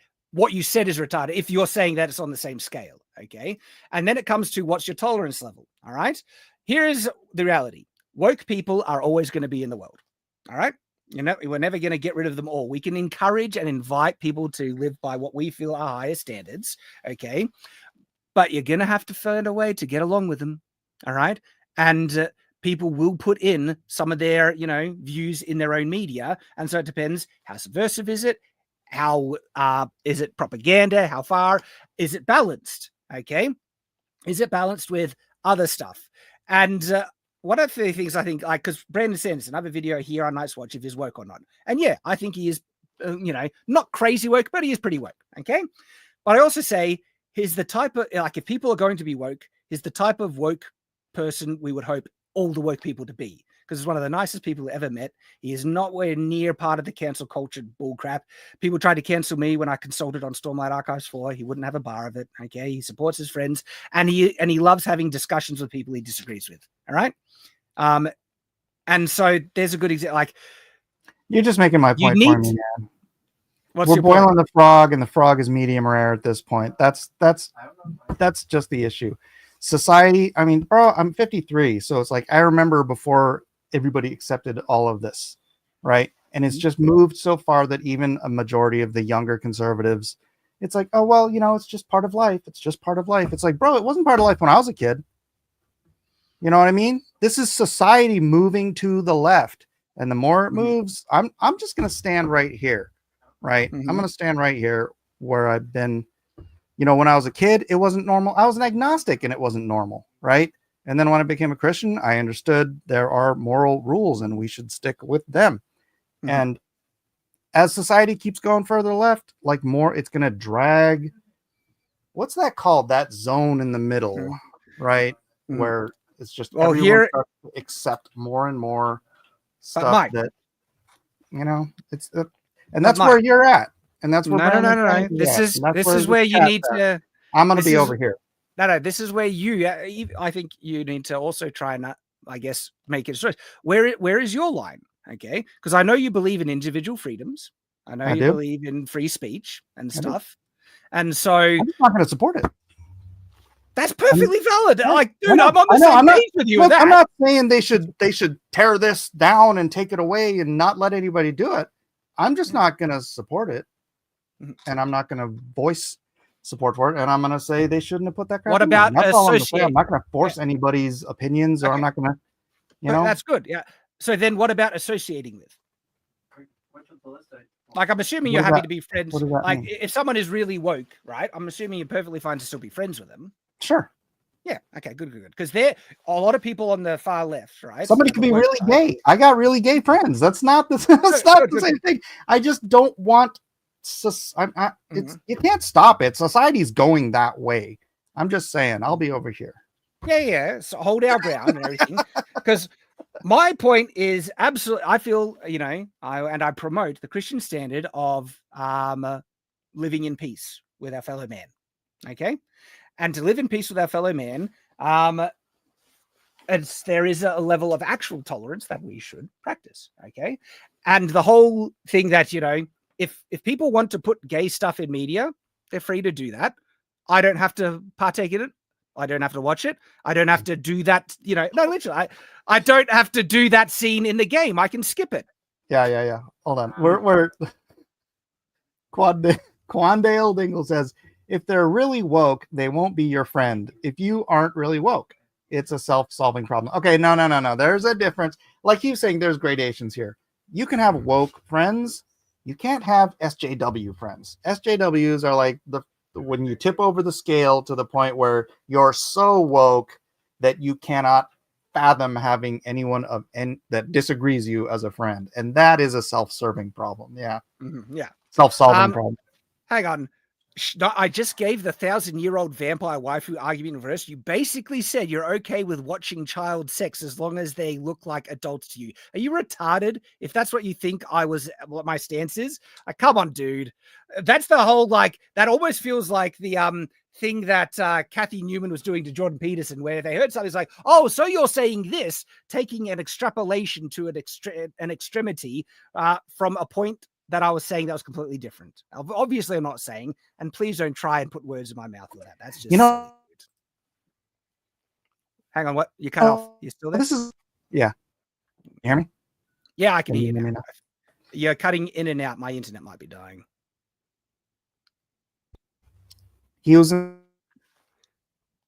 But he was 13 and he slept with Elizabeth. Hang on. How am I coming through? Because I can't hear a word that you're saying. My internet is dying. Most likely it's my internet and you're fine. That sucks. Hang on, chat. Oh, Shad's internet is fine. It's Mike's. It's me. Mike's is dying. That's rare. I'll put my camera back on. I thought my camera was dying. Sorry there, Mike. You have to. You're freezing and everything. Well, if Mike can come back alive, we'll get some more of these super chats. Is he better now? I can hear you. Yeah, maybe it was just your camera. Well, I can just turn the camera off and try to. All right. Limit my data. It sounded like you were trying to share something insightful there, and I don't want you to miss. Well, yeah, I was saying. Do you remember the movie Big? I remember it. Yeah, I don't think I've ever. Okay, well, Tom Hanks is 13 years old, but he's in the body of a 30-year-old and has sex with Elizabeth Perkins, who it dawns on her after she realizes she's just slept with a child. But that was I'm not a kids movie, but it was an all ages movie. And I don't know. I'm just bringing it up because it's weird. There was this weird thing in the 80s. Do you remember Revenge of the Nerds? Did you ever see that movie? I know of it, and I know parts about it where in the film, because I know it's the Darth Vader where he dresses up as Darth Vader. Yeah. And he rapes that chick. He basically rapes a girl. Yeah. Right. So you had these weird things in these Yep. movies, and it's like nobody noticed them or something. It's just like all the old John Hughes movies. They're all about freaking Yeah. teenagers having sex. There was a lot of inappropriate stuff in the 80s films. Yes, Quandale. That's my point. No, this is a kind of a good point. Like, because there were stuff in the 80s that people were just more common sense and people are getting overly offended now. But there are stuff now that I think we can look back and say that's not good. That's just flat out not good, right? To say that everything was better in the 80s isn't correct, or the moral standards we had in the 80s was universally better. No, look, I'm not saying we haven't gone off a friggin' cliff with this woke insanity with the propaganda and pusher stuff, but it's not a complete everything was better in the past. And I'm glad that's a good point you brought up. Yeah, and then there's this other movie where there's this like 200-year-old dude who's sleeping with a high school student. Or is she over the age of consent, Mike? I'm not sure. What country are we in? It's not as weird. That one is not. I know you're talking about Twilight. It's funny. I'm not saying it's not weird, but it's easier to ignore because it's there. Okay, that's another thing. Is it easier to ignore if you like the thing you're watching? Oh, always. I think everyone is going to be like that. If it's 100%. A piece of crap like Captain Marvel, it's like everything's just so. Like I also find if it's something that you dislike, all the other like things that would usually be called nitpicks stand out more and make it a vastly worse experience, right?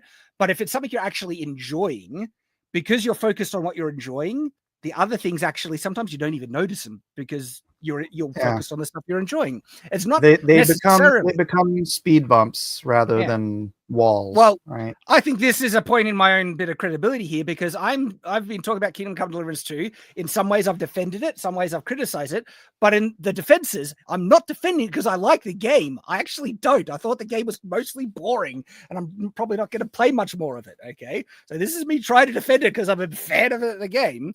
This is me just trying to be consistent and honest about stuff. There are legitimate things to criticize and things that are absolutely friggin' not legitimate in the criticism and the debate over it. And overall, my honest take is that I think the game is like 99% not woke. And actually has a lot of base stuff in it, his accurate historical depictions, and there's some annoyance things in that even with it, me who's not really a fan, I could probably ignore pretty easily, honestly. And I would have way much more of an issue with this if it was an unskippable sex scene that was forced in your face and you'd had no choice about it. All right. Again, like this is the same. I didn't see anyone crying foul at Mass Effect because it has a gay option to have a gay sex scene in it. It's just about bloody being consistent. If you have the choice to just ignore it, it's not that much. Yeah, Villafair makes a profound point. If propaganda wasn't entertaining, it would be poor propaganda. Well, that's interesting because most of the woke propaganda is not entertaining. That's true. It is. That's true. They put the woke in front or woke before their quality. So yeah.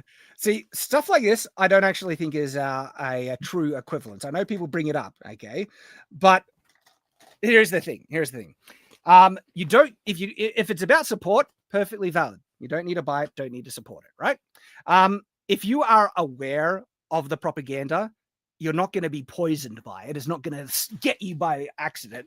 In fact, this stuff stands out more to me because I'm opposed to it. And I hold on, is the Mass Effect's gay sex lesbians? Hang on, does that make a difference? Yeah, I know it tends to get a pass for most people. But it's the same though, in terms of the moral standard. It should be. Well, it's lesbians. There's no point in it. Yeah, right. Now we come to the real crux of the matter. If Kingdom Come Deliverance 2, if the protagonist was a female sleeping with another woman, you think there would be nearly as much outcry as there is now? Well, it doesn't. The people who are prone to complain about it are men, right? Mm-hmm. Men aren't as freaking disgusted by two women kissing as they are by two men kissing. See, like, people are enjoying the game, and this is what I mean. Like, to me, it is so little that it's easily ignorable, and it's not like poison that it's going to now get you, right? It's not like, a cupcake is 99% fine, it only has 1% of crap in it, or 1% of poison. Is like, look, I understand why people use that analogy. It's technically a false equivalence, right? This stuff isn't going to corrupt you if you have your guard up. But if you have a zero tolerance where you don't want to support it and you think the developers are actively trying to push propaganda, I don't actually, I don't know. I actually don't know. When I think about what the intent of the developers are, they've lied. Okay, they've come out. Well, they've handled it really badly, and I think they've been caught out in some, misrepresentation of what they've said about the first game versus what they're saying about Henry now. And I think they're kind of flailing and they don't really know how to navigate these waters well, which is why they've done it so poorly. I don't know if they work or not. I don't know. The game dev, the Daniel guy, right? He basically gave the middle finger to the woke people in Kingdom Come Deliverance 1 that were demanding black people in the game. All right. If he was a legitimate, like, full-blown activist that people are worried of and there's propaganda in the game, he never would have done that about the first game. Okay. The question is, has he become more woke? Don't know. I don't know. They say that the stuff in Kingdom Come Deliverance 2 is about player choice. That's what they've said about it. And it contradicts what they said about the first game. I understand, because when they asked about player choice, they said, you're not playing your own character, you're playing Henry, and Henry is straight, and there was no black people, and that's what the game is. So I get that it's a contradiction. Okay? They could have changed their opinion. They could have changed their standard and now say... Is it a contradiction or a betrayal? I'm not sure we should call everyone's change of heart necessarily a betrayal, right? We don't know their hearts to really gauge that. Look, I've changed my stance on many things, and I don't think I'm betraying myself. It's a betrayal of the audience, right? Not necessarily. You don't think so? I mean, is it being rejected by the audience? Is it? No, it's doing a very small group, it seems like. It seems like the game is doing friggin' great. And I'm not sure how much of an audience, how much in the audience was like demanding there cannot be any, skippable gay sex scenes in it that I don't need to participate in. And if you add that in, I feel betrayed as a fan of this property. I don't think there's many people like that. Well, if I played the first one, I wouldn't play this one. Yeah. Buddy Rabbit, so Shad, you're an author. This is an easy answer. An author can change their view on how they've done things in the past, and they can change their opinions. Now, death of the author is a thing. I think that's what Buddy Rabbit is talking about, where an author can contradict the lore and canon of what they established in the story. Again, I think we need to look at equivalences here. Lore and canon in a story is a much more concrete thing than a game that has player choice, where you kind of create your own canon by what you choose to happen in the game, and then the story that ends up being written. All right.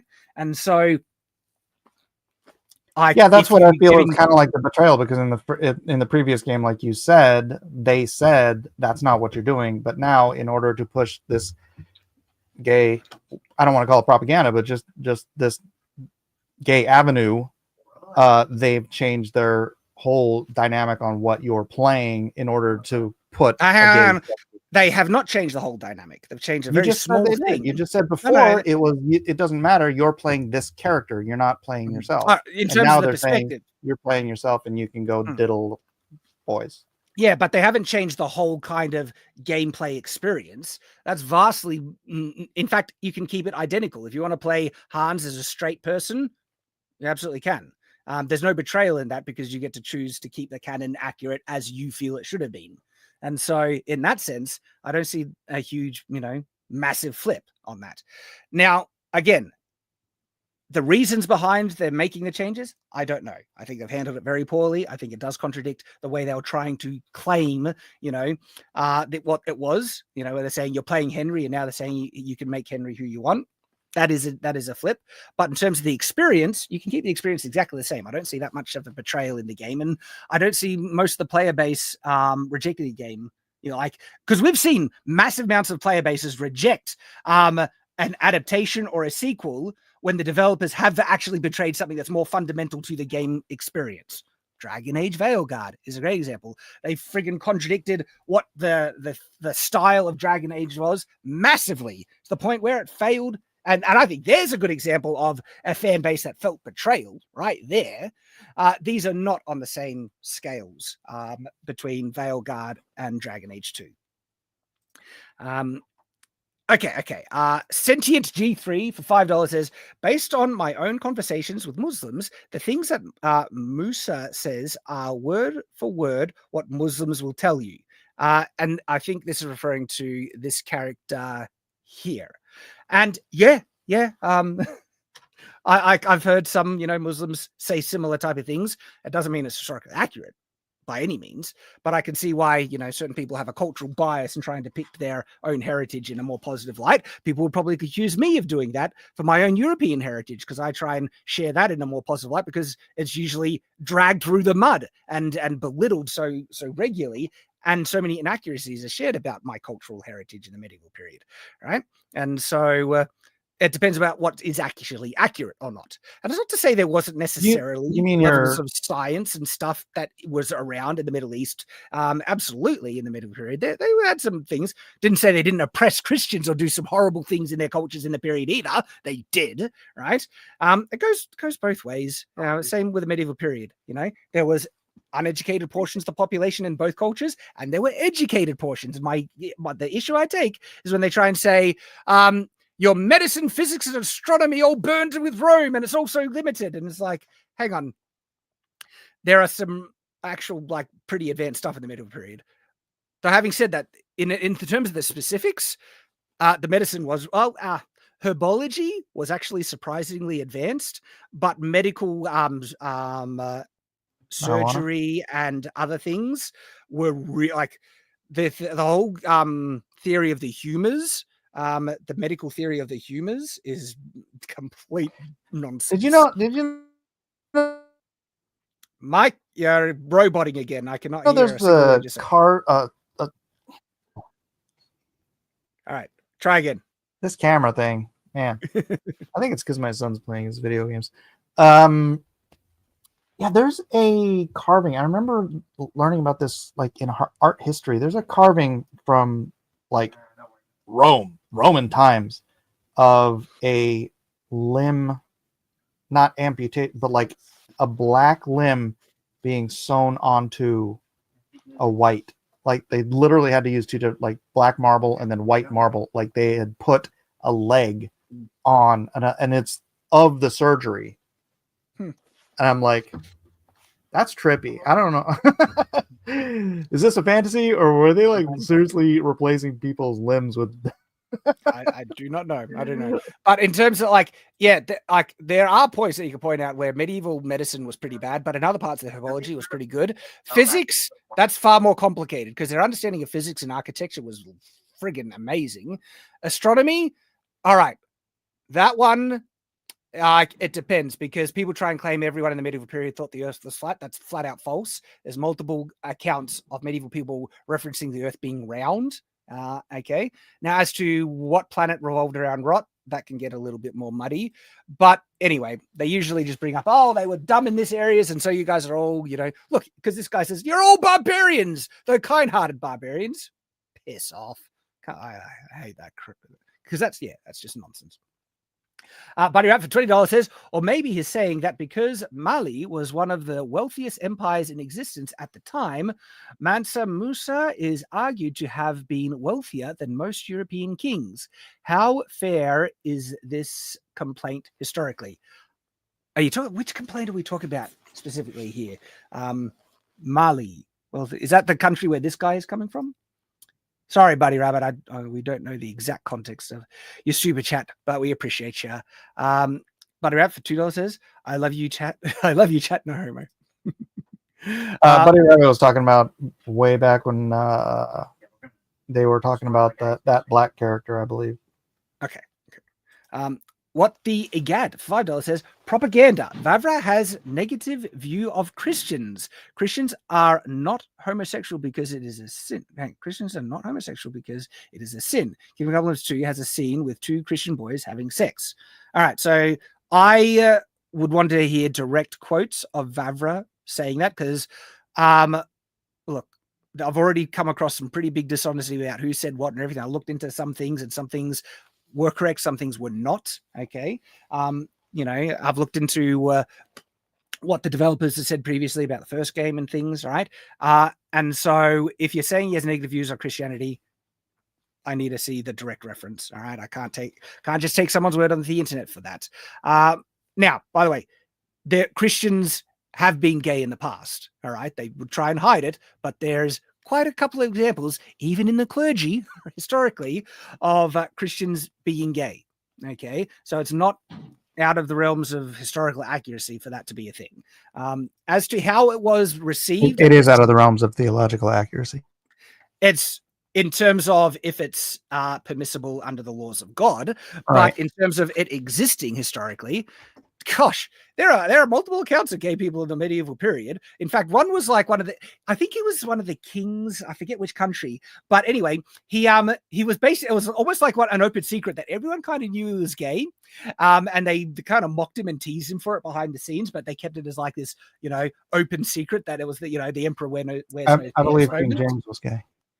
I forget which one exactly, but he in his castle, he painted murals of all these gay men around and everything like that. People are like, you're not hiding it very well. And the people in the society just kind of laughed about it. And so the way that homosexuality was perceived in the medieval period, guess what?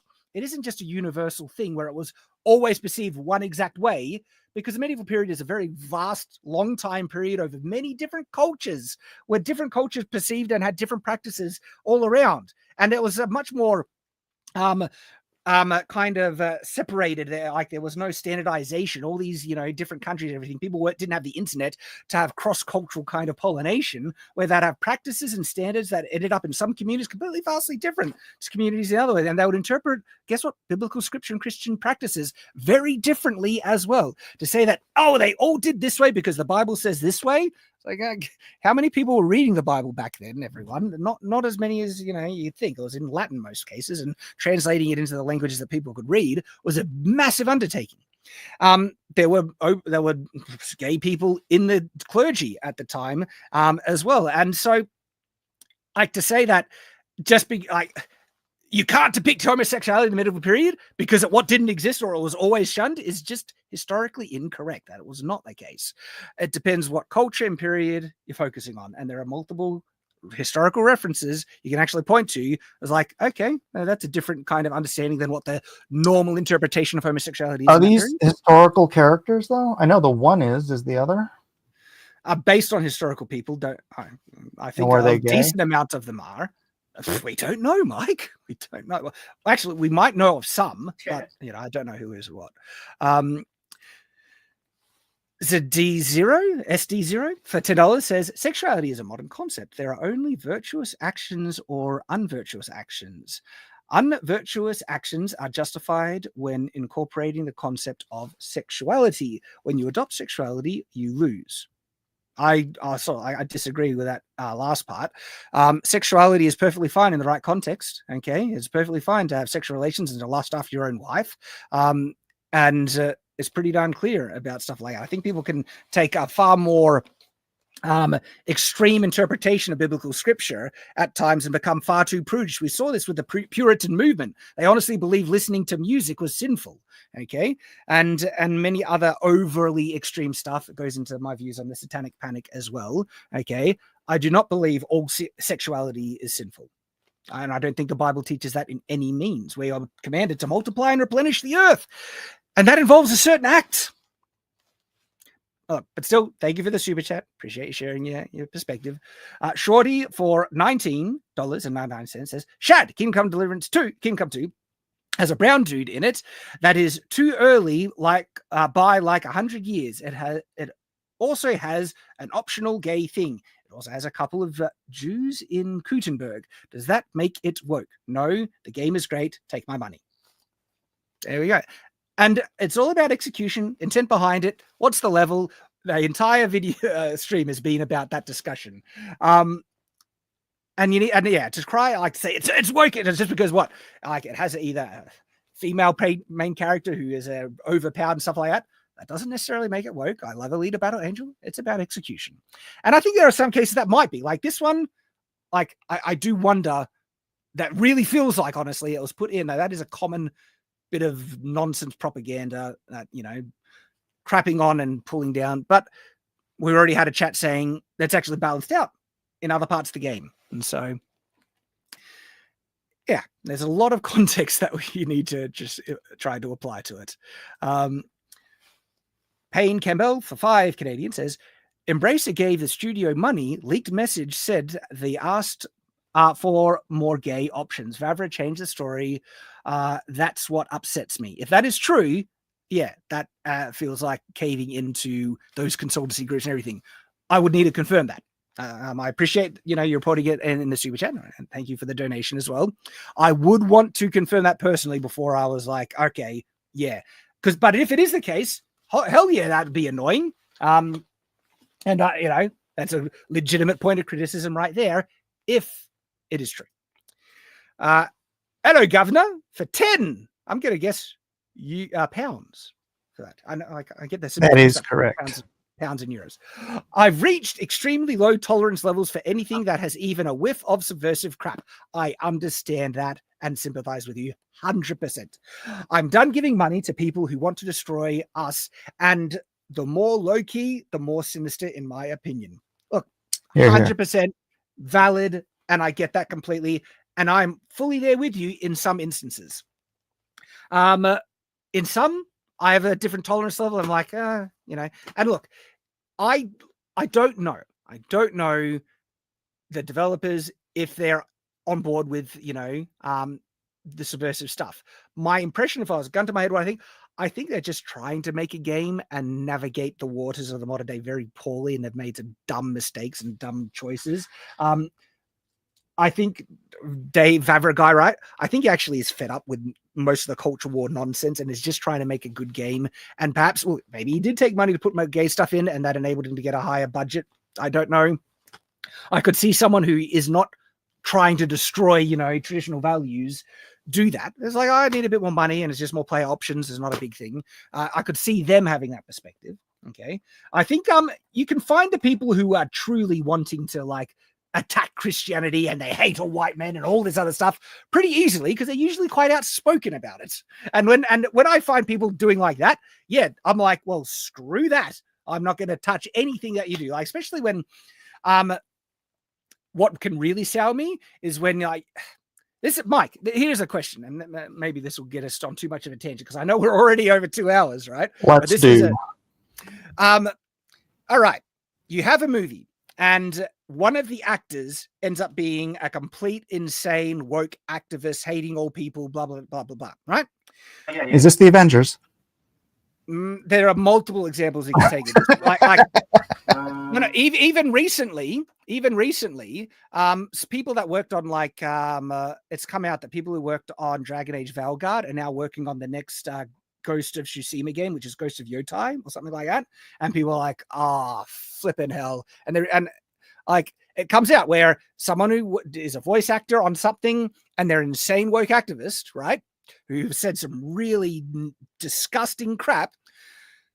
Does that sour you on the entire thing? Even if though you might be aware that hundreds of other people have worked on the project and they're not insane woke activists, and they might still deserve to have that film supported. And you mean, can I separate the artist from the art? Exactly. What level do you have when it comes to that?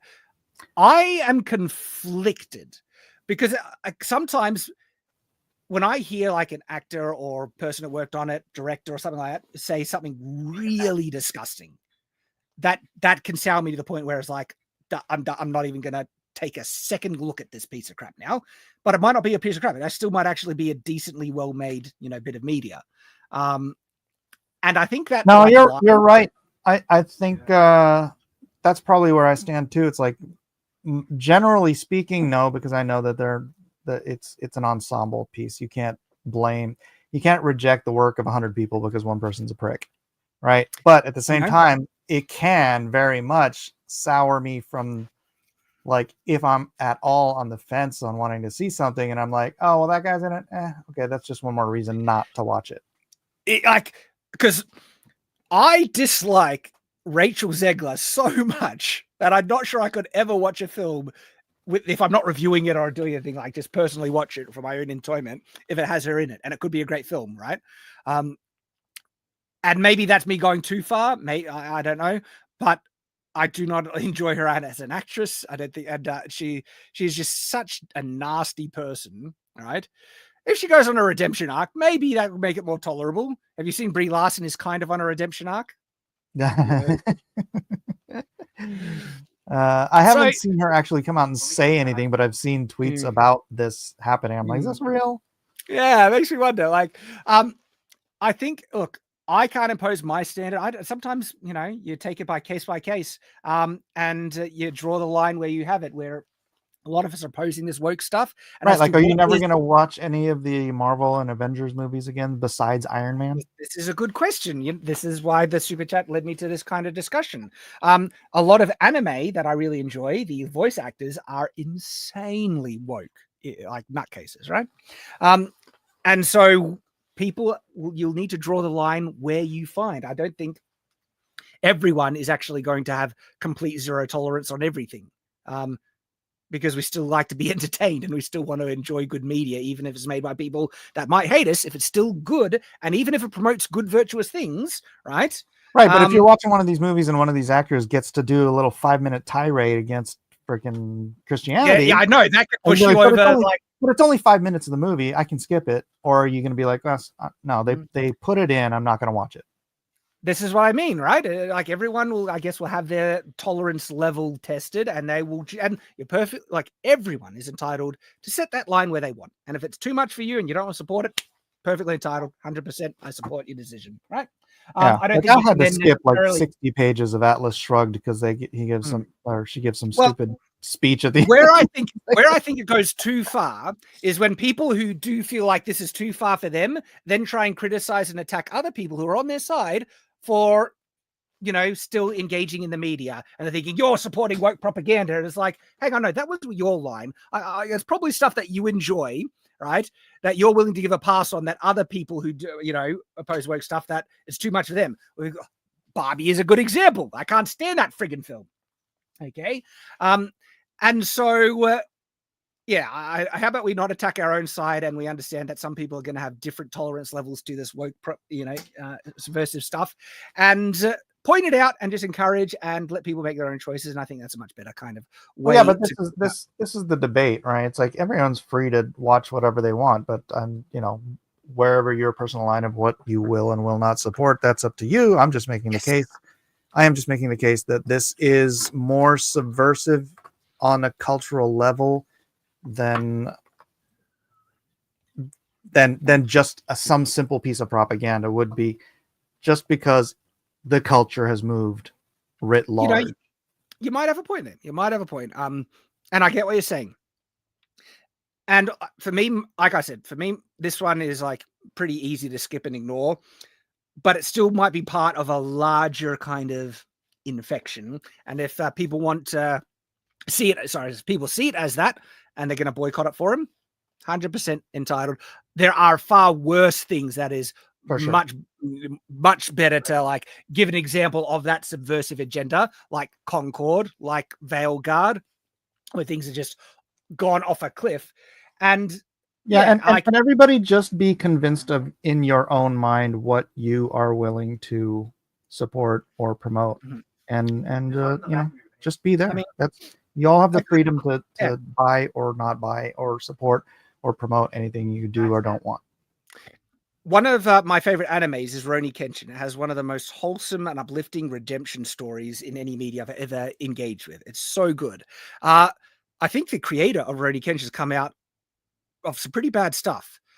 I can't remember what the exact charges was, so I don't want to repeat it in case it was wrong, but it was some pretty bad stuff. I think it might be involved with CP, but I can't remember. So it's pretty darn bad, right? And it's another instance of separating art from artists and other things like that, because I love Rurouni Kenshin, and it's so wholesome, and it's such a great message in it, right? Truly a good message of redemption.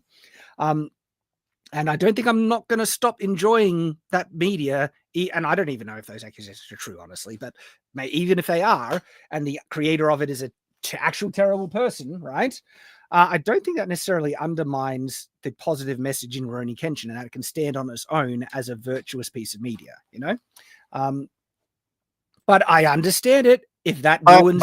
But on the other hand, I mean, if you own it already, that's one thing. But if you are watching it on some streaming service where you're putting money in his pocket, is that a different thing? All right. I get people saying, yeah, creator was caught with CP, like, oosh, right? All right, people are saying there's like, you know, that there's age of consent stuff that's involved with that. See, I don't know. Like I said, that like I don't want to just say it's. I don't know the full story. But all I can say is that I know Rurouni Kenshin, and Rurouni Kenshin has really uplifting, wholesome, great stuff in it. One of the best redemption stories I've ever enjoyed in media. Seriously. And I still think it still has that virtue in it, even if I don't even know if they're true, but even if the creator say he is guilty of terrible stuff. So it goes back to the message that we were saying from the very beginning.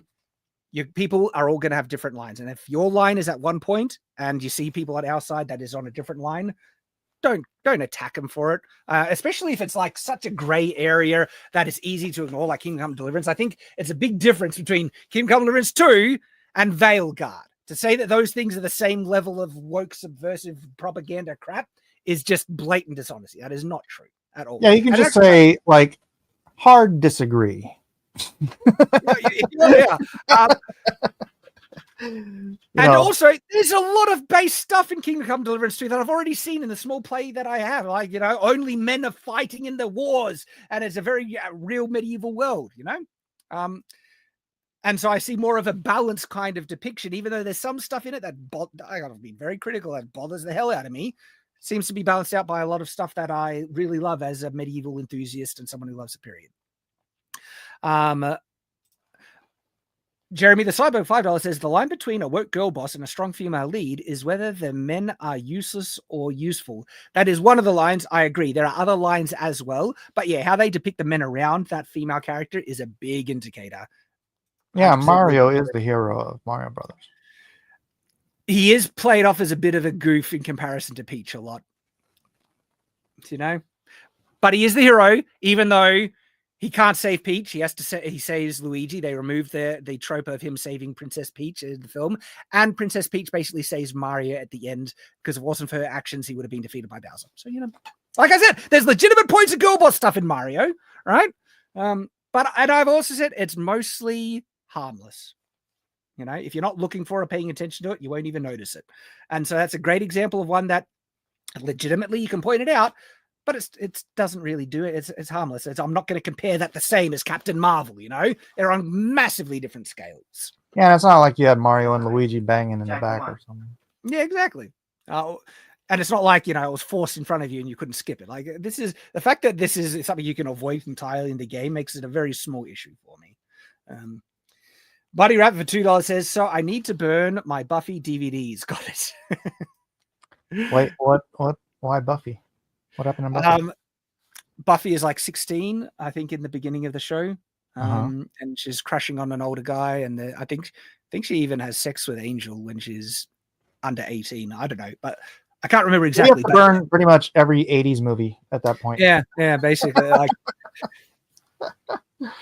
make some yeah. I think people get going way too far with candles.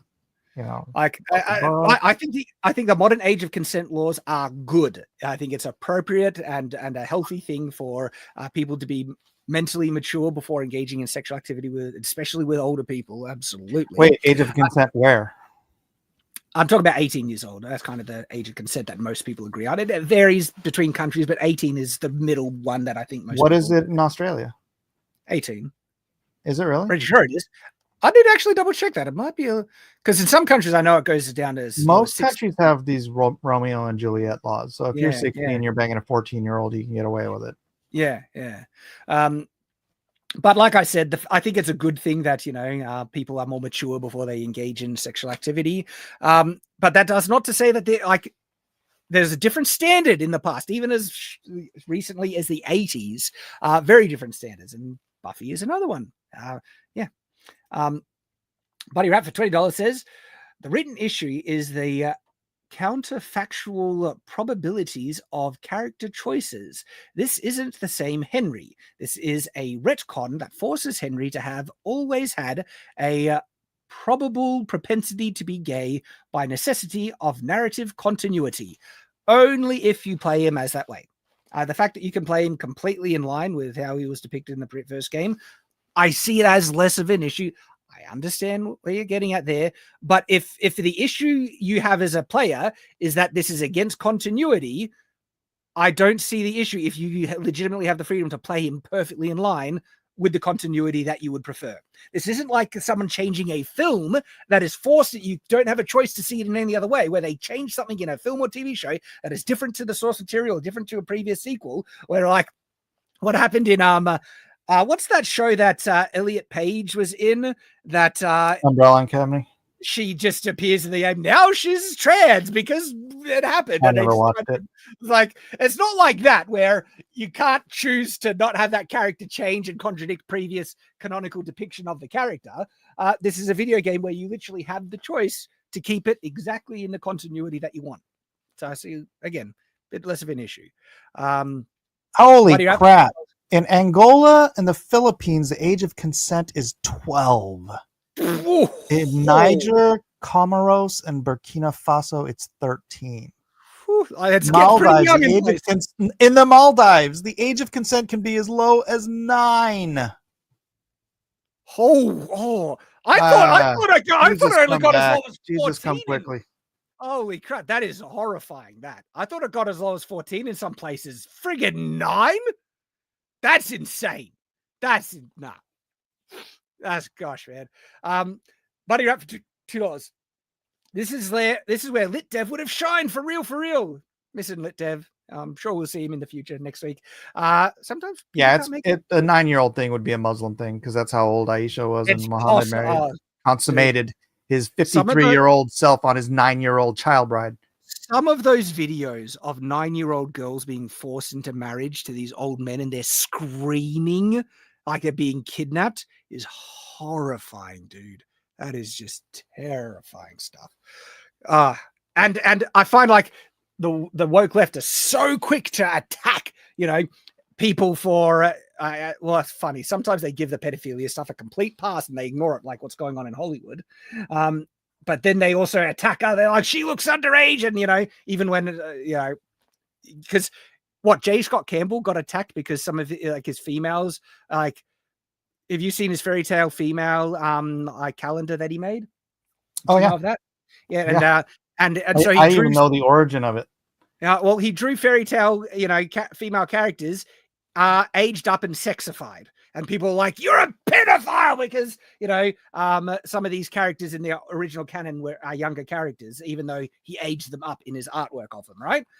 And the left went insane after him, okay? And so sometimes they go crazy about like stupid things, and yet they will give other things a complete pass, like some of these really young people being forced into marriages in other cultures. Okay.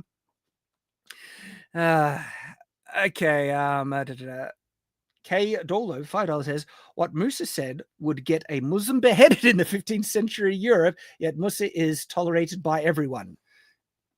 Context, my friend. It depends. It depends so much. It depends what social status that person has, the influence, the power. It depends on the culture and region and the perceptions of those other cultures. Having said that, though, the medieval period, because it was so secluded, right? Yet they had heaps of prejudices against people that they considered the other. And it was not like racial things is that different. Their prejudices was usually based on other people's cultures, other white people more predominantly. Like some cultures just hated people from another country quite a lot. And what's interesting, there's artwork of black people in the medieval period, and it's not everywhere, but there's clear, undeniable evidence of black people in the medieval period, and they're often regarded and treated quite well in the artwork. A lot of times they're wearing really fancy clothing. Granted, some of it is from a saint. I think his name is Saint Maurice, and he was traditionally perceived as black-skinned, and so it's depicted in medieval art with black with dark skin, right? And because he's a saint, he's usually wearing really fancy, fine clothing and stuff. But in terms of if the medieval period was racist, they had heaps of prejudices against other people from other lands and cultures and everything like that. But did they hate people because they have a different color skin? Not always. It's literally a case of them sanctifying a black person, okay, and having that black person in their art. And if they were a universally racist culture across every single culture and period of time, that would be impossible. They literally have a saint who has dark skin. And so, no, black people were not universally racist. Medieval people were not universally racist against dark-colored skin. And sometimes it seems like they saw it as like exotic, interesting thing. It's like, wow. And they were intrigued by it versus and not repulsed. And so the historical I rather tend to think that like what we consider racism today is sort of born out of the slave trade and the subsequent way that Africans were treated as subhuman for so long. Mm-hmm. Yep. But that is the fault of other Africans selling them to the Check it out. This is Saint Maurice. Check him out. He's even got a statue in one place. Like, look at this guy. Okay. All right.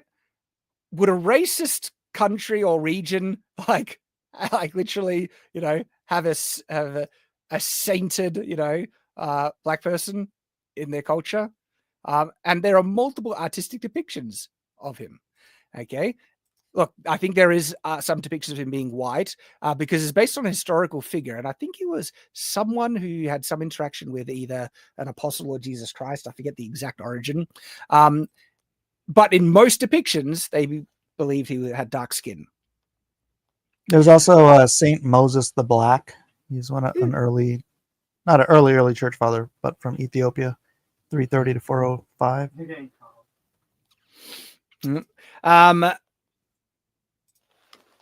Finn Frog 3 for $10 says translating the Bible from Latin into any other language was illegal in many countries. The church definitely didn't want it to happen. You tried to push back against it.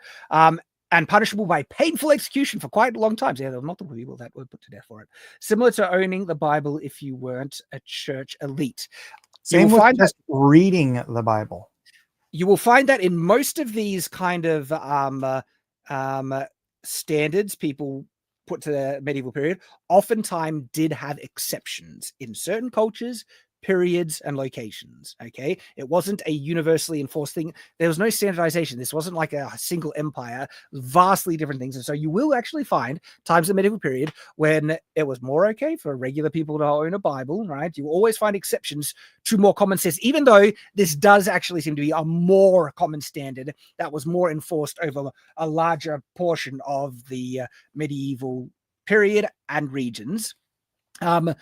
But I'm always cautious against people painting universal absolutes with history because I've seen time and time again exceptions, like the statement that medieval people never drink water, because that's when they take it too far and they just get into stupidity. It's like, of course they friggin' drank water. Are you off your rocker? It's like, come off it. It's like, yes, there were some times in some locations where the water was so unclean, like in cities in which they would avoid drinking water. Doesn't mean that they wouldn't have a know of, clean drinking. By the way, we also know that they did drink the water even in those times when it was unclean because people got sick from drinking the water. And so people can take, factoids. Paul says, add a little wine to your water. People can take factoids and apply them vastly too broadly to historical periods. They do it all the time with the medieval period. Even though this one, the Bible stuff, that is a more applicable one. Just be aware there were always exceptions in nearly every circumstance. Blue Moon Fuzz for 499 says, "It's not trying to push a message on you. Game's great. Take it as creative liberty. No doubt modern cultural influences art." And a lot of people enjoying it, and they don't see a problem with it at all. This is by no means a Dragon Age Veilguard, and people trying to say that it is are being dishonest. Okay, I'm saying that with pointing out actual points of criticism. But I've already kind of voiced my stance and perception on it. In a way, it's actually more subversive than Veilguard, because Veilguard is so in your face with it all. Whereas But this is sort of kind of Well, just, basically, it's okay. no, It's just because a thing. You can skip it. you can skip it. And so how, like, I don't see that as, trying to push it then if you can just avoid it, it's just, it's a mere inclusion of it. Like an actual gay sex scene to me is like even a bit further. Like this goes beyond just having a gay character, because I think having a gay character in story, it's just fun, it's perfectly fine. There's no issue with that. The gay character in House of the Dragons like enhanced the story, and it was there for a legitimate reason in the plot, and so he was necessary in that story. And so yeah, Loris going down on Lionel was not enhancing the story. What, the actual scene itself? I'm talking about it in Game of Thrones. I don't. Oh, you mean not Lionel? Renly. Renly. You're talking about Game of Thrones, not House of the Dragon. Did not. I'm talking about House of the Dragon specifically. They handled that House of the Dragon a lot better. I actually think it's a superior. Maybe in terms of writing, not as good as Game of Thrones, but it's superior than how Game of Thrones ended. That's for sure. Nathan Cassidy 1999 says, I say the fact that this blew up as much as it has shows that putting all the gay scene is a massive miscalculation, but I've also seen it piss everyone because our side has gone so hard on it. I think actual having a gay sex scene is a line for a lot of people. It's like, and honestly, if it was in my face, I wouldn't even be, but I don't watch media that has gay sex scenes in it. Okay. I don't enjoy it. I don't like it. I'm not gay. Okay. The fact that it's not forced on you and you can skip and avoid it makes it a much smaller issue. But I see that is a big line for a lot of people where it's like, nah, you're pushing like what they see as LGBT propaganda. And in look, to Mike's point, I think that like maybe, for a bit, like, I can see where it's coming from. Kowloon Republic $5 says, I've heard people saying to shut up and give your money to people like Eddie Vedder while he takes time out of the show to berate you other extreme. Yeah. And I think, especially when people start criticizing, you shouldn't support this game because it has stuff that is crossing my line, when those same people probably watch stuff that is over the line for other people. And so again, it's about consistency and also not being a hypocrite. What was the video game that Az got all blown up for screaming about the pronouns? It was the space one, Starfield, I think, or something. Yeah, it was the Bethesda one. I know what you're talking about. What else was in that? Was there other like? Oh yeah. That was after playing several hours of gameplay, and like he comes across a character. This is before he blew up, where she's like, the character starts with, "I'm a clone," and he was already fed up with stuff that was coming. He's like, "You got to tell me you're really a man, aren't you?" And it's like, and it's a woman speaking. "I'm a clone of a man," and it turns out, that character. So as blew up after multiple annoyances that were put in the game. Oh, gotcha. Was there gay sex in there too? Don't know. Haven't played it. Kowloon Republic $5 says, I've heard people saying okay, yeah, sorry, I've read that one. Buddy Rabbit for $20 says, that's not true, Shad. It's a timeline argument then. Henry now has this as a facet of his probable existence, no matter the way you tell the story through choice. He isn't a Skyrim blank slate. He's an established persona. That's what I still don't think I agree with you there, because you get to choose what he does. And so if it was forced and then it became different, I would see more of the issue that people are having. So look, I appreciate your Buddy Rabbit. I do. This one, I don't agree. God's goofiest guy for $5 says, Henry has the option to sleep with another man's wife in Kingdom Come Deliverance 1. Does that mean he canonically has a desire to be a homewrecker? This is a very good point. Like, there are canonical choices that you can make in Kingdom Come Deliverance 1 that would establish his persona being very different with the way you can play him in the second game. And is he an adulterer? You can play him as completely chaste. Is he a chaste character, right? Who does not partake in any sexual deviancy or sin? it's player choice in Kingdom. So I think this is a good point. That is, the foundation of why, Buddy Rabbit, I love you, but I still disagree with the comment you said before. No, he's actually right. It is literally, yes, he can have the desire, but it's whether or not you choose to act on that desire that makes you the homeworker. Which goes to my point, though, doesn't it? That he's now bisexual. No. That you can play him one way that can be completely right. But to the saying that he could do it before if he had the desire, but he doesn't do it, which doesn't make him the homeworker. How do you know do you know he doesn't do it? You get to choose whether he does it or not. All right, whether he does it or not, he has the desire. No, not necessarily. You can play him that he doesn't have the desire at all, and I'm pretty sure there'll be like options because I don't know. I didn't play the game. I'm just going by what was said. Yeah, if you have a dialogue option where he says "Be gone, harlots," right, versus "I can't wait to sleep with as many women as I can," right? Like that's not saying he has an inherent desire for either one. You're choosing the desire, what he has, and writing the story as you play. Well, he's a straight white male. Was she hot? I don't know. Then he probably had the desire if she was hot, right? But he didn't do it. I don't know. Maybe not. I don't know.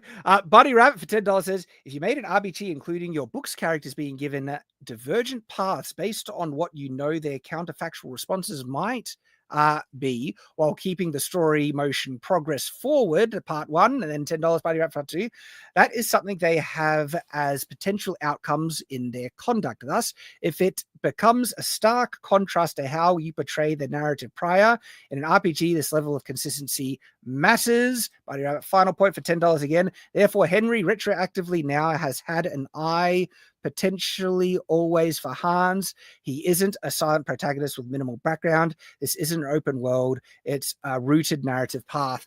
I still think you're missing the mark here, Buddy Rabbit, because video games often are about like player choice, which can vastly contradict established canon. A good example are the Dragon Ball Z fighter games. You can play it that Frieza kills Goku, becomes a Super Saiyan way early on in one of the previous games because it shows you different paths that you can do on. That is completely contradicting canonical paths of the established story.